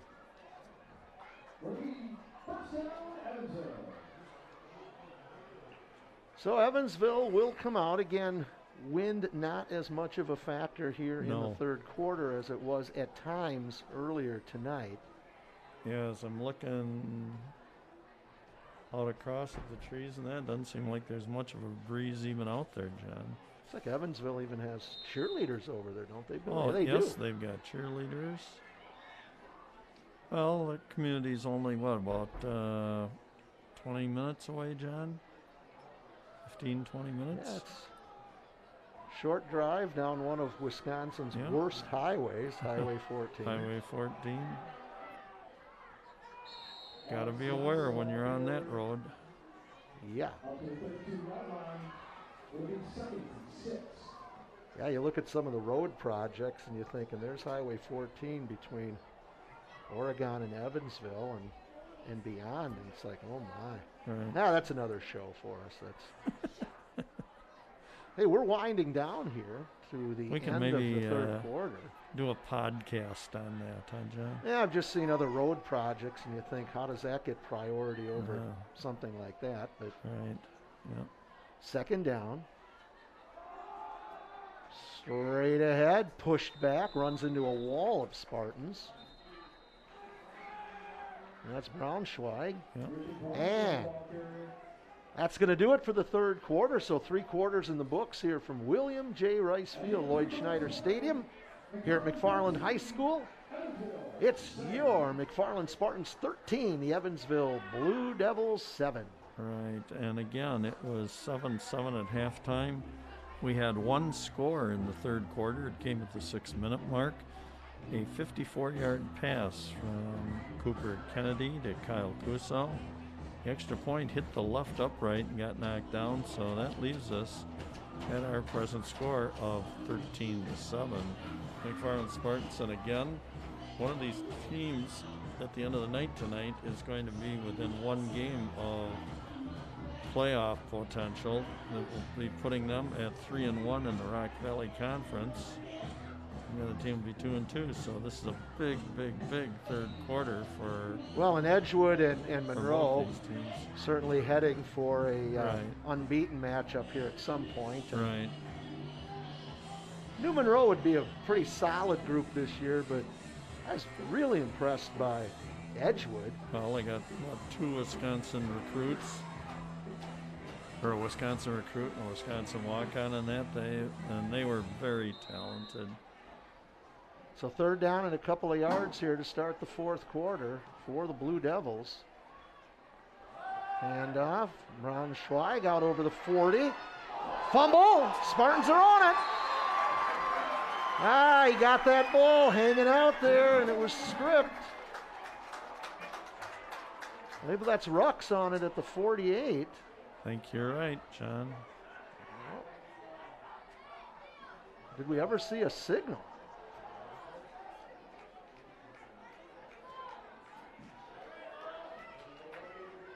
Well, it is a fumble. Bill, I wasn't sure. Yeah, see there, look Yeah, it at, was. nice job by Quell. Yeah. And Rux is on it.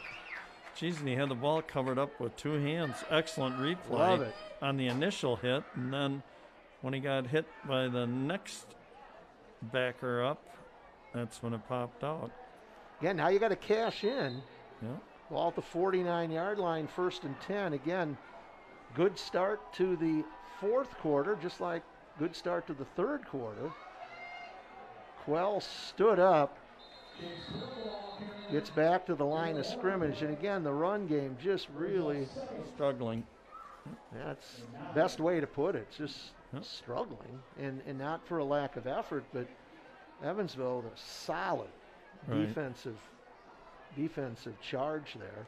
I'm saying we've really seen some good-sized, solid defensive lines that McFarland's played against this year, John.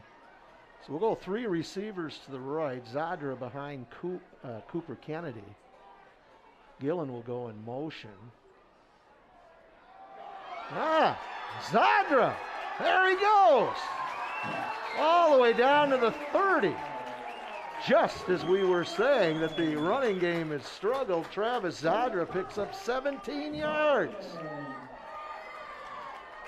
Very nice. Tell you, Travis has such a quick first step. Yep. And a burst of speed. He saw the opening and boom, exploded through it. Nice job by Travis. Again, nice job by that offensive line. 3 receivers right again. Gillen will come in motion. 10:44 time on the clock here in quarter number 4. Well, again, a couple of yards. Did he fumble? Boy, Evansville sideline was. Again, let me pointing mention for the it, McFarland line. We've got Gunther Switzer, Keats Dislin, Austin Miller, Austin Vindel, and Zach Stork are your 5 across the front for McFarland. Yeah, great battle at that line of scrimmage tonight. The whole night it's been like that, and credit to those young men out there. Yep. 2nd down and 7. Keep it going. Zadra, not this time, gets back to the line of scrimmage, and down he goes, so it's going to bring up 3rd and 7.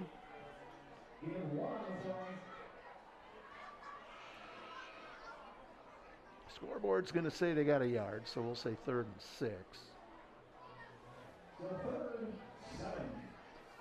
Now they're going to say 3rd and 7. All right, Spartans, let's see what we can do here. Again, they'll go 3 to the right, single back behind Kennedy. 9:20 to go here in the 4th quarter. Gillen goes in motion from right to left. Kennedy airs it out. Nobody there. Incomplete. Well, Cuso was there, but overthrown. Now you got a 4th down and 7 with the ball at the 28.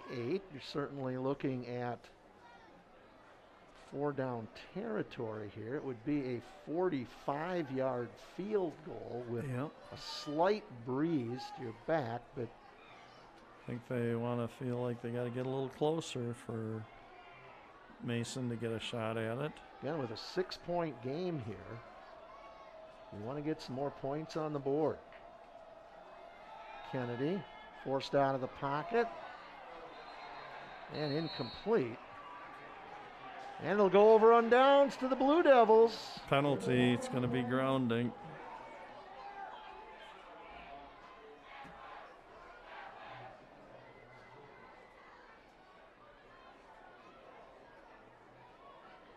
Either way, it'll be Evansville ball. Yep.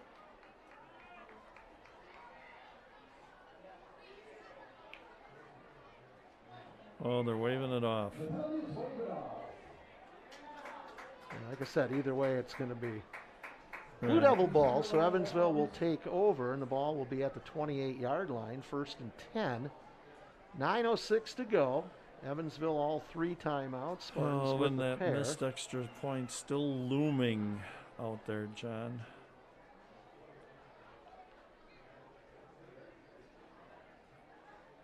You just hope that doesn't come back to haunt us. Well, the sticks haven't moved yet. There they go.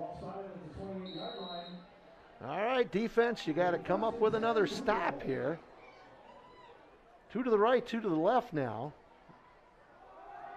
Handoff. Johnson gets through. A few missed tackles. Gets something out of what could have been nothing. It's out to the 35-yard line. So nice job by Johnson. Picks up 8. Unofficially, John, 23 carries, 99 yards. I'm going to guess he's going to go over 100. I would take that, not take that bet, or I would take that bet depending on how you look at it. He is going over 100. So 2nd and a pair for Evansville. Straight ahead, they'll pick up the 1st down out near the 40. And that's Braunschweig. Yep. Sure, Braunschweig wants to make amends for that fumble. He's got pretty good size in there, John. It's for a change of pace to give Johnson a break. So 1st and 10, Evansville at the 40 as we near the 8-minute mark. This could be a long march for Evansville. Spartan defense has answered the call here tonight. And a penalty marker, and that's going to be against Evansville. That'll walk it back. How are we doing on that over-under on the 25 penalties? We are at 20 flags. For the sake of the game, And let's hope we don't get 5 more. Right. I took the under. I thought maybe they'd kind of. And again, penalties, it's a mistake, and you just got to pick it up and keep going. And Yep. first and 15 now, ball back at the 35 of Evansville. Pass out onto the flat, caught, cuts it upfield, out over the 40 to the 43-yard line. Bars. And that's Bars.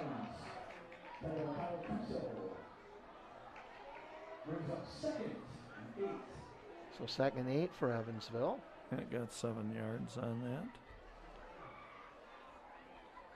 Cuso with the stop. Nice job on the replay. Again, thanks a lot, Steph, Stephanie Miller, Andrew Day, Patrick Easty, and Benny Becks. Wonderful job again tonight, you guys. We owe you a lot of thanks, as well as our viewers do. There's Maves. Oh, my goodness. He, I'm sure, got hit as soon as he let that ball go. A nice job again by Bars. Finds that stick, and that's right where that ball is delivered to. So first down, Evansville. They are now in Spartan territory as we near the 7-minute mark. McFarland lead is 6.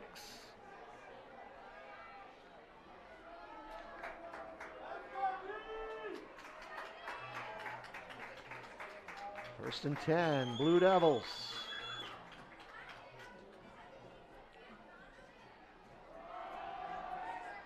And off.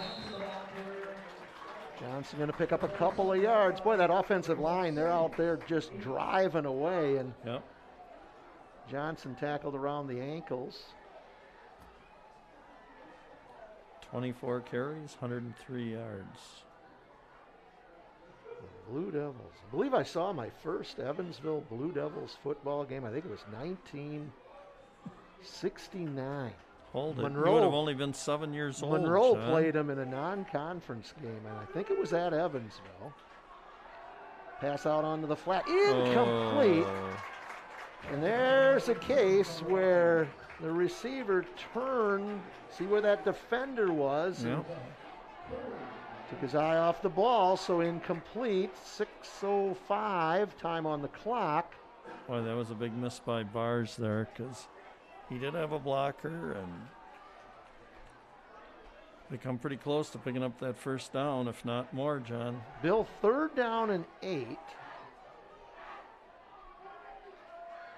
Could be 4-down territory unless you want to take a shot if you don't get this and punt it and pin the Spartans deep. Naves looks to his right. Got a receiver. Gonna be right at the stick. Maybe just shy. 1 yard short. So do we call, what's the play called, John? Scrum? Yeah, here it is rugby? again. It's another 3rd or 4th down with a yard or less, and Evansville's obviously going to go for it here. We're nearing the 5.5-minute mark. Clock just keeps rolling. What if he did an old Bart Starr move and pulled out and threw a pass, huh? Let's go straight ahead. Yep, and there he Look at goes. this. Going to pick up the first down. There's no way you can stop that, is there, No. John? At this stage, you can just put 2 linemen behind him and just have him push him. And just make sure that he's standing up when he gets the ball, right? well, these McFarland-Evansville games, again, just a few months ago, went to OT. Now we're sitting here with 5:10 to go in regulation. Evansville with the ball, 1st and 10 at the Spartan 38-yard line, trailing by 6. Bars comes in motion.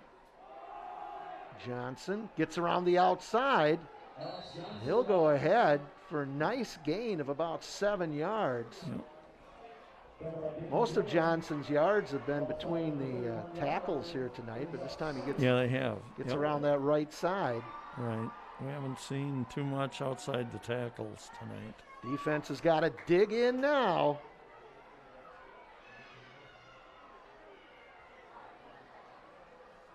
And the thing that I'm sure Evansville has got to be telling their kids right now in the huddle, do not hold.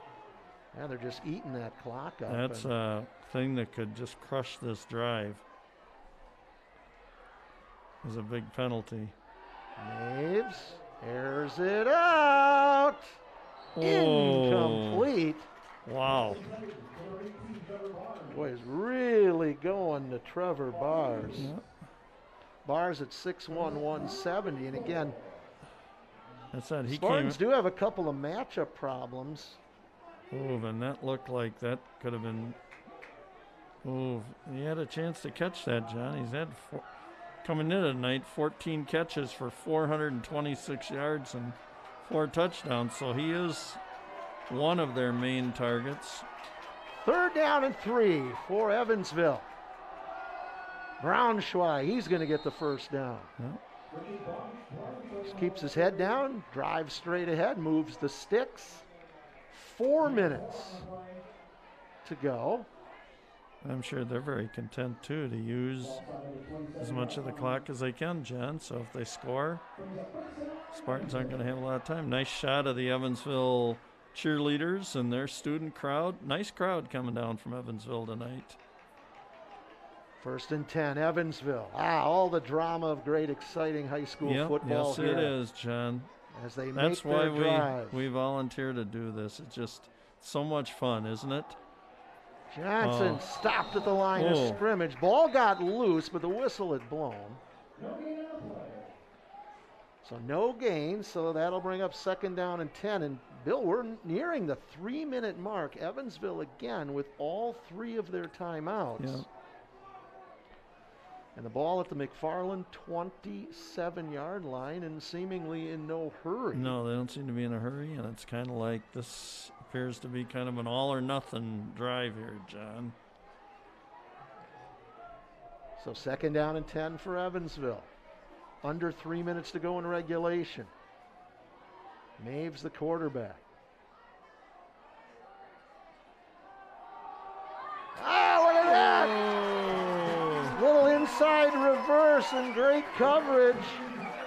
Boy, that line the last 2 times, the McFarland Spartan defensive line has busted through that line. Look at the penetration there. Look at Dyer. Nice tackle. Almost strips that ball. Yep.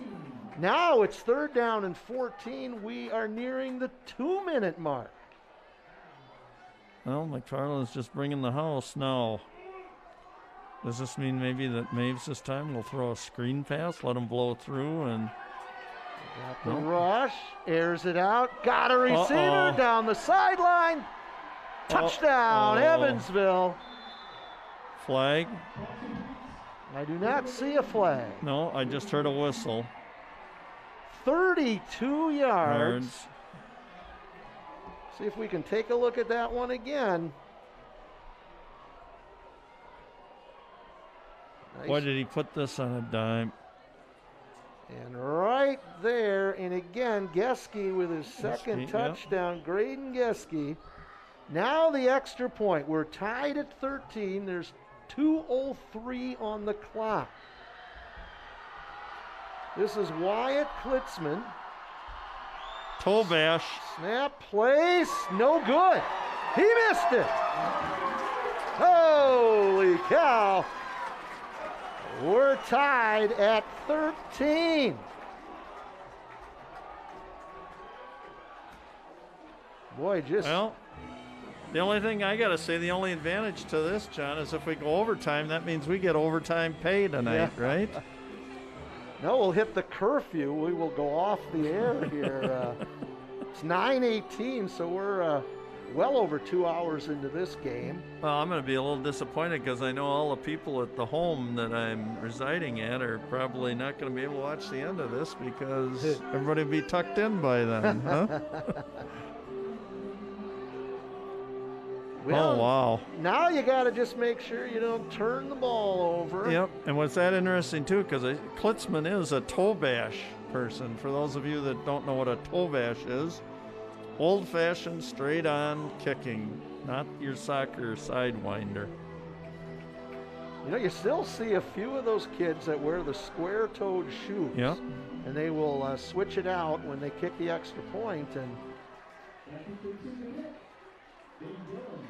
all right, 2:03, time on the clock. We're tied at 13 here in regulation. Oh, this is only fitting, isn't it? Just reminding me of that game back in April. Yeah. Let's go Spartans. Play to win here, boys. Here we go. Squib kick. Uh-oh. Oh, no. Gets by. Back to the 10. Running backwards. Over the 10. Dyer winds up running about 25 yards, but he'll get a couple. Okay, John. Nice job by Evansville. That's the perfect type of kickoff, you know, in that situation. And correct. Maybe in most situations. So now offensively, Spartans got to step up because no mistake. Blue Devils can stop the clock because they've got 3 timeouts left. The Spartans with 2. Correct. And 1:52 time on the clock. 3 receivers to the right. Boy, they don't have enough guys out here covering these 3 receivers. Doesn't appear to be. No. They're going to throw under and it's dropped. They only had 1 defender out there. Yeah, I mean, it was set up. It was wide open. Kennedy gets the ball out there, and all Dyer had to do is hold on to it. Let's see what they're doing on defense again here.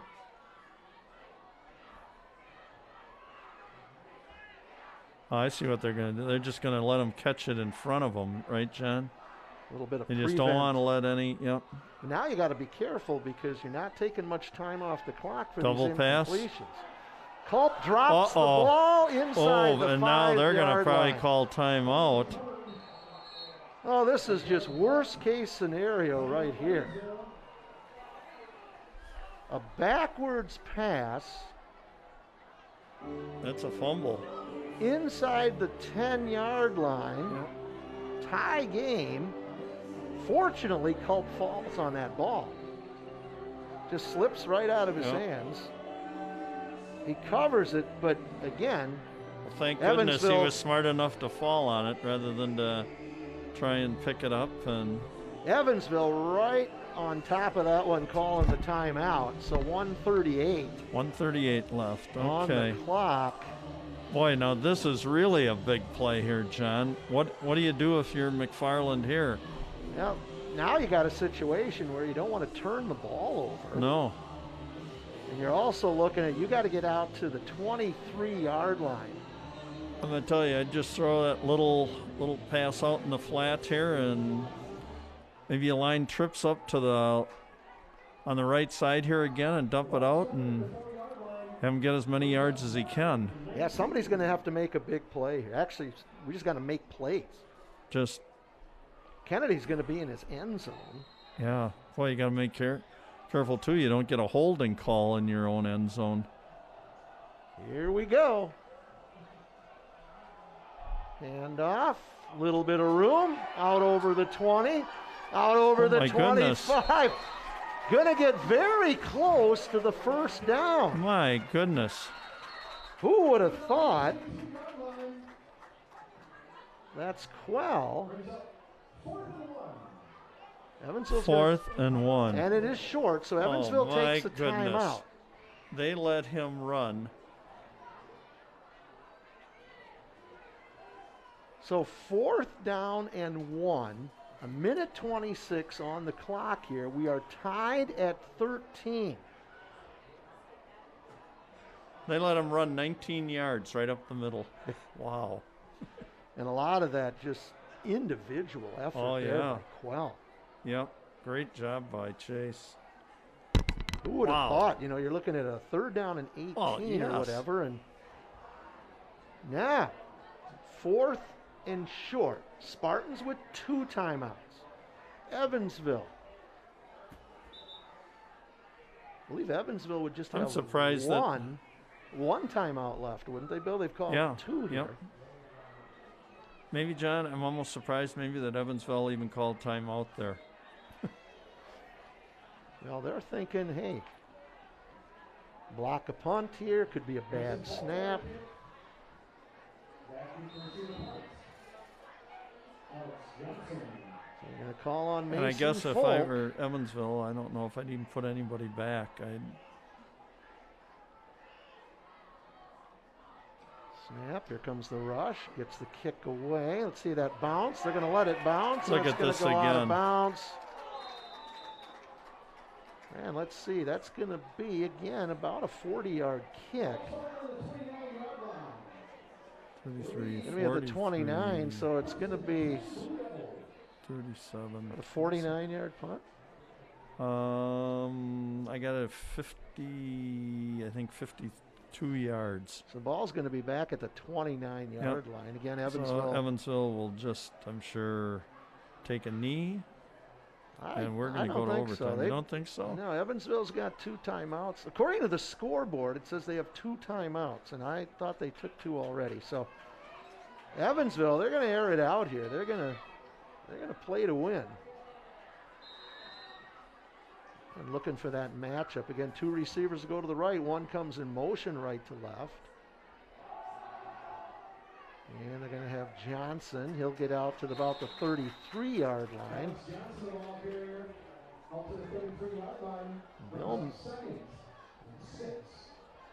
Again, all Evansville here in this situation is just don't turn it over and you go to overtime, but you also have a chance you could possibly win the game if you can break a long one.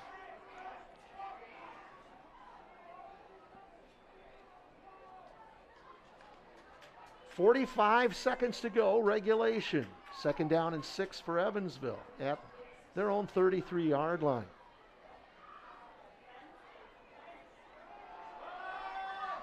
Johnson gets outside over the 40, where he'll be stopped. Should pick up the 1st down. 30 seconds to go on the clock in regulation. How does 30 carries, 120 yards sound for a night's worth of work, huh? He came in with what, 87 Unofficially, carries? 83 carries for 294 yards. So now he's going up to, 113 carries. Clock is running. For We're down over to 400 yards. We're down to 10 seconds. Yep. Johnson out over midfield. I guess Evansville just going to be content going into OT. Yep. Well, the Spartan. Evansville call timeout. Well, they do now with 1 second on the clock. Interesting. They're going to, they're going to go for it all right here. See what's in that bag of tricks. I hate to say this, but I have seen things like this just totally backfire on teams. You think, hey, at worst, I'll just throw it deep downfield. Other team picks it off and runs it back. Because nobody's ready for the, you got offensive linemen out there trying to make tackles and that. Well, we've seen a little bit of everything tonight, so. My guess will be that he's going to hand the ball off to Johnson, knowing that McFarland's going to be in a deep prevent. I think they're going to air it out.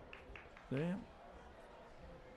Now, if he throws the ball, it's going to just be a little short pass in the flat like Johnson and let him see whatever he can get out of a run. Maybe it'll be a little catch and pitch, the old hook and ladder type play. And let's see.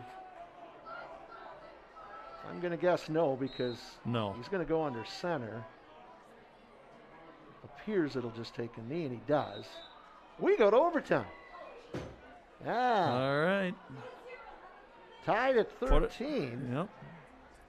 Boy, again, I don't know. It's, That's taking good, taking the conservative route. That's great, because I got a nice vacation plan coming up, and I can use some extra cash, John. So this will be nice to pick up that extra little revenue we're getting on tonight's ball game. So, whoa, we got a late game tonight here too. We're already at 9:30 tonight. I remember in the first quarter I said we were really moving along pretty well, weren't we, in the first half? These games have been, running long, and this one tonight, the combination of penalties have added a lot of the time here. And True. Well, and I think we're going to maybe sit at the under. We're at 20 total penalties, John, and we had the over-under at 25. So. Well, you know, whoever wins or loses, as long as it's not decided by a penalty or right, I agree. Something of any level of controversy. Right. I hope the kids decide the game, correct? Now you go to overtime, and again, the key is that coin toss. Most of the time you take the odds and go second. But other teams like, hey, let's get it and keep going and punch it in and make the other team. Did you see the article in the paper where the Packers have decided that if they win the coin toss, they will be taking the ball because their defense is so pathetic. They want to at least start on offense and maybe get the lead. So Evansville will come out with their captain, who's not suited up tonight. Nope.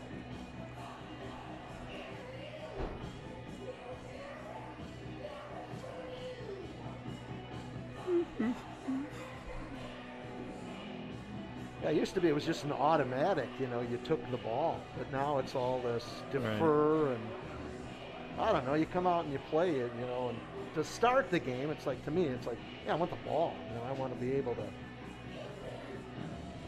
Yep, I agree. It looks like number 32 out there. For the Spartans, it's Gunter Switzer, Zach Storr, Cooper Kennedy, and Chase Quell. Yep. For Evansville, it looks like number 32 is that Gunnar Katzenmeyer. Okay, just flip the coin and let's get on with this.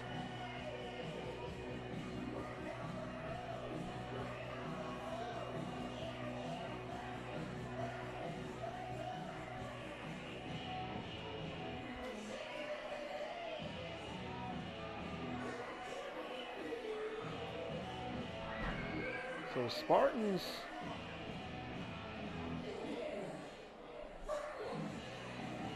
I'm going to guess Evansville won the coin toss and they're going to take the ball second. I didn't understand any of the signals that were given out there. I believe Evansville did win the toss, but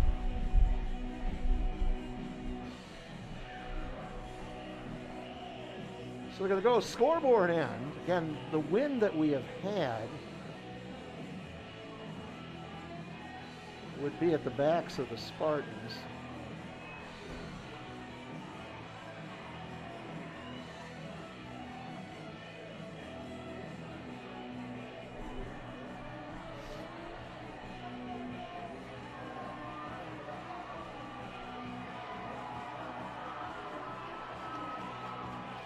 Still not quite sure. I believe they put it in play, what, Bill, at the 25. Well, back-to-back years of overtime games between McFarland and Evansville. Yeah. Last year the Spartans came up short. Is it their turn this year?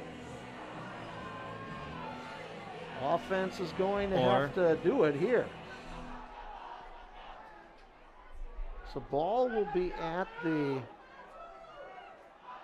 25, so you've got opportunities to make first interesting. downs. Designated to put the ball at the left hash mark, John. Back in the day, you know, it was from the 10.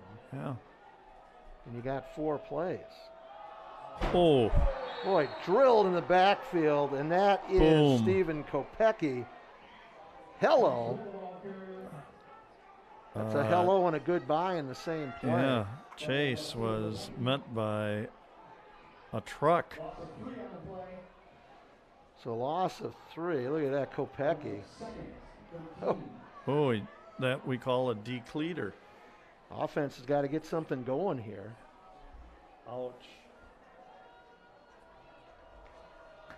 Kennedy looking, airs it out. Culp's got to come back. Does he get it? Yes, he does. Culp inside the 10-yard line. Another one of those poorly thrown balls that The defender didn't see. He just came back and got it. Yeah. So, again, you got to keep going. You got to keep pushing that ball. You Yeah. got to get a touchdown here. First and goal. Ball at the 9. Clock no longer a factor here. Let's go, Spartans. Inside reverse. Gillen, he's got some room. Touchdown. Corner. Does he get there? Yes! Yep. 9-yard run, Dayton Gillen. Hey, Spartans up 19-13. Nice call. 3 plays, 25 yards. Now your extra point. This is huge. Yep. Just that little inside pitch, and nice I love job it. by Paul Morris. Key block there. Key block, and I can tell you, you got the ball in your best athlete's hands right there, Dayton Gillen, and boom. Now the extra point. This is huge. Successful, and you're up 7. Rotor to hold. Ball place, kick on the way. Plenty of leg, and it is good. Good. 20-13. Now, I believe we stay at this end, correct? Bill? Yes, yes, we do. Well, I'll tell you, the big play was just the underthrown ball that Kelp had a chance. The defender didn't see it, and he had a chance to come back and make a nice catch. Last year, we were tied at 24 at the end of regulation, and Evansville went on to take it 30-24.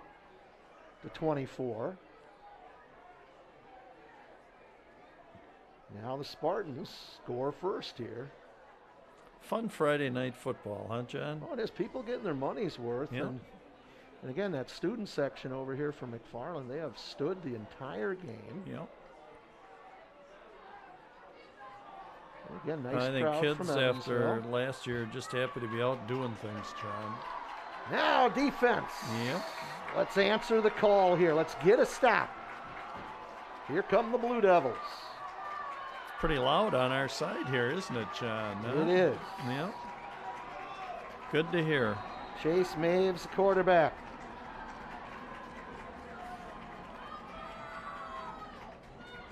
Calls the signals. Johnson, look at this, right up the middle. Oh, my goodness, and he's down almost breaks it. on the first play. Oh. Ball down to the 10. Tell you what, Bill, if they score, you got those big boys on that line. They might go for 2. Yeah. Especially with Klitzman being, with that last kick attempt. Let's just see that they don't score. 32 rushes, 147 yards for Alec Johnson unofficially. First down and goal for the Blue Devils. And a flag.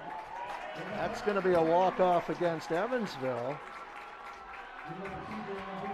So now And to move they it back to the 15, and it'll be first and goal. As the phrase would go, shoot yourself in the foot. Yeah, just those mistakes. And there's a guy in the background that I saw just kicking the ground, threw his hat on the ground. He's pacing back and forth over there. So again, Oh, those are just killers. 4 downs to get 15 yards for Evansville.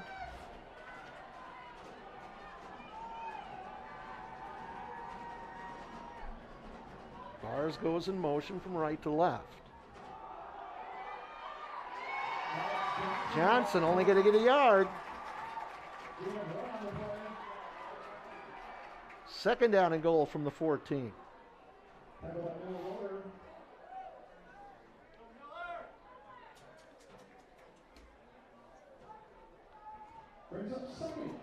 All right, Spartans. See if Evansville will go to the air now. They Yep. like Bars. They Yep. like Geske. Airing it up, looking for Geske. He's open. got it.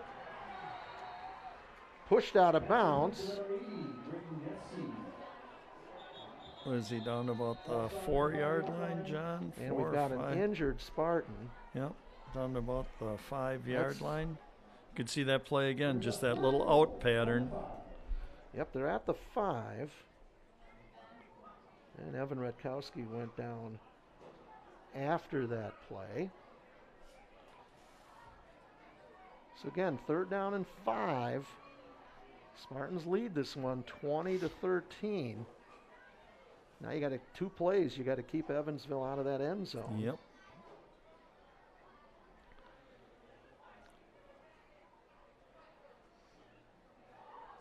I don't know. I mean, they've really relied on Johnson running tonight. So boy, do you run him on 3rd down, John? Try and run it in. I mean, you get your big offensive line together and say, hey, guys, time to move them out.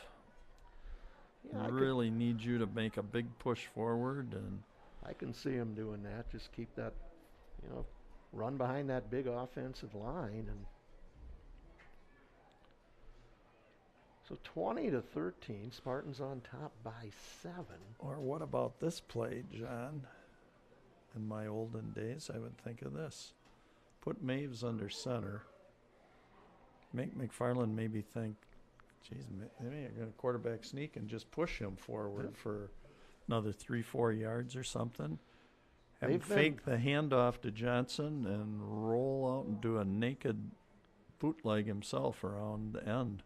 They have been pretty successful on the short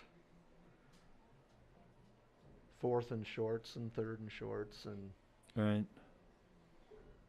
And that's probably what I'm going to guess they'll keep it on the ground here, but time will tell, and neither one of us is a football coach. And right.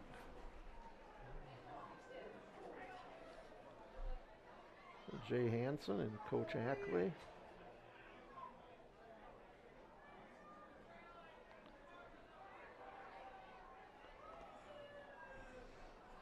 Jay's all covered up there. I really didn't even recognize him. It's definitely cooled off out here since. Yep. Yes, it definitely has. Evansville over huddling on their sideline during the injury timeout. So 3rd down and 5 for Evansville. Yeah, they're going to go with the tight formation here, Bill. Braunschweig, though, lone back.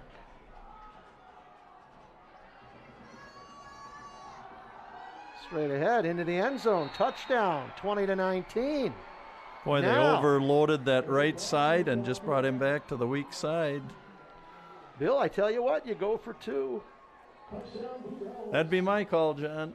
You go for 2 and you run the same type of play. We're both riverboat gamblers, aren't we, John? Huh? That's what it's going to be. Yep, and here they go. All right, our score 20-19 in overtime. It's the extra point from the 3. Evansville going for the win. I think you might see something the same play. I'd put him under center. Why not? Yep.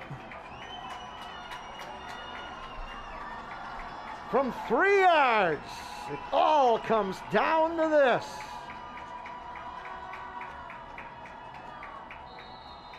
You call timeout. And a timeout. All right. Again, your kicker missed the extra point. Yep, I totally agree with this.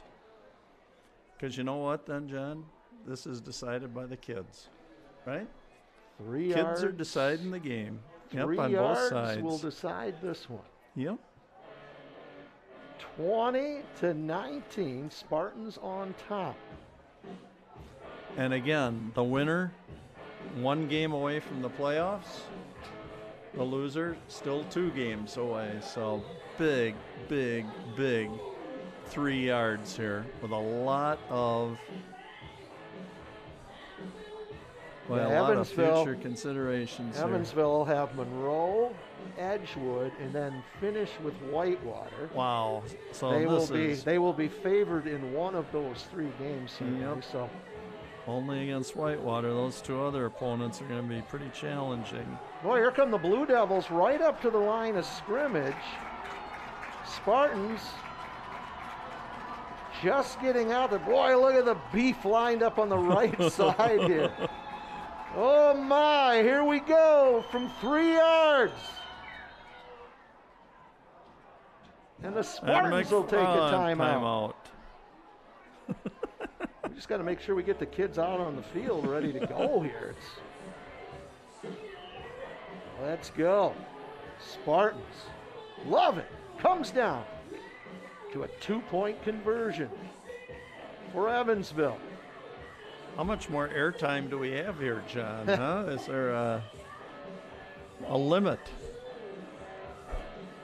Is the FTC going to allow us to stay on to finish this game here We're tonight? going. We are past 9:45 now, I believe. We're going from 3 yards, and again, Evansville has been successful on these plays. Right. Of course, we'll have to. And look at all the. We're going to have to block out the background Yep, you music got the here. entire student section of Evansville over on the fence. Here come the Blue Devils. Yep. We're down to the final play. Spartans, Blue Devils, 3 yards. Who is going to be victorious and go to 3-1? Maves is under center. Here we go. Ahead, Braunschweig. Does he get in? Is he stopped? No Nobody call, no knows. call, no call. He stopped. The Spartans win. 20-19. We waited.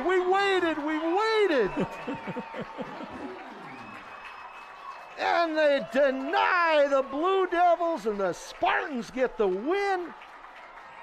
They go to 3-1 in the Rock Valley Conference. 3-3 overall. Yeah. And Bill, I'm going to say this. Hats off to the Evansville Blue Devils. They played to win the game. Oh, yeah, for sure. And they came out short, but they played to win, and the Spartans stepped up. Yeah. This was a great high school football game today. It wasn't going to be a double overtime game. Somebody was going to win, somebody was going to lose. And again, hats off to Evansville for I agree giving totally. it a shot. I agree totally. You know, that is so good, John. I love to see that in the game. Game was decided probably, I'll bet he fell down right around the 1 yard line. I'll bet he was stopped on that. Again, there was such a big pile up, you couldn't see where he was finally stopped, but you knew it was very close. Back-to-back years of overtime games. Yep. I shouldn't even say back-to-back years. You know, it was 5 months ago. Same year, that's right. But the Spartans come out of this one with a 20-19 win. Again, 3-3 on the season. It is homecoming next week. The Spartans will host the Jefferson Eagles. Yep.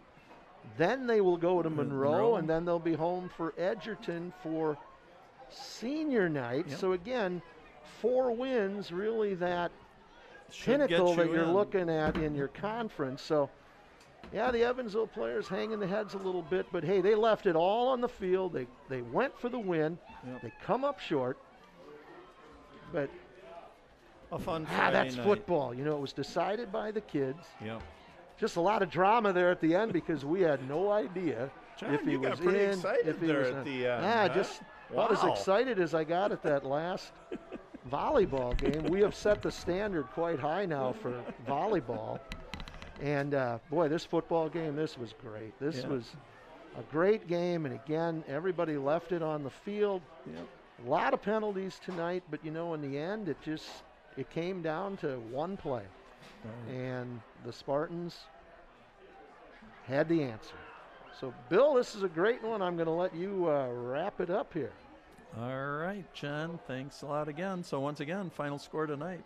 Your McFarland Spartans in overtime, 20. The Evansville Blue Devils, 19.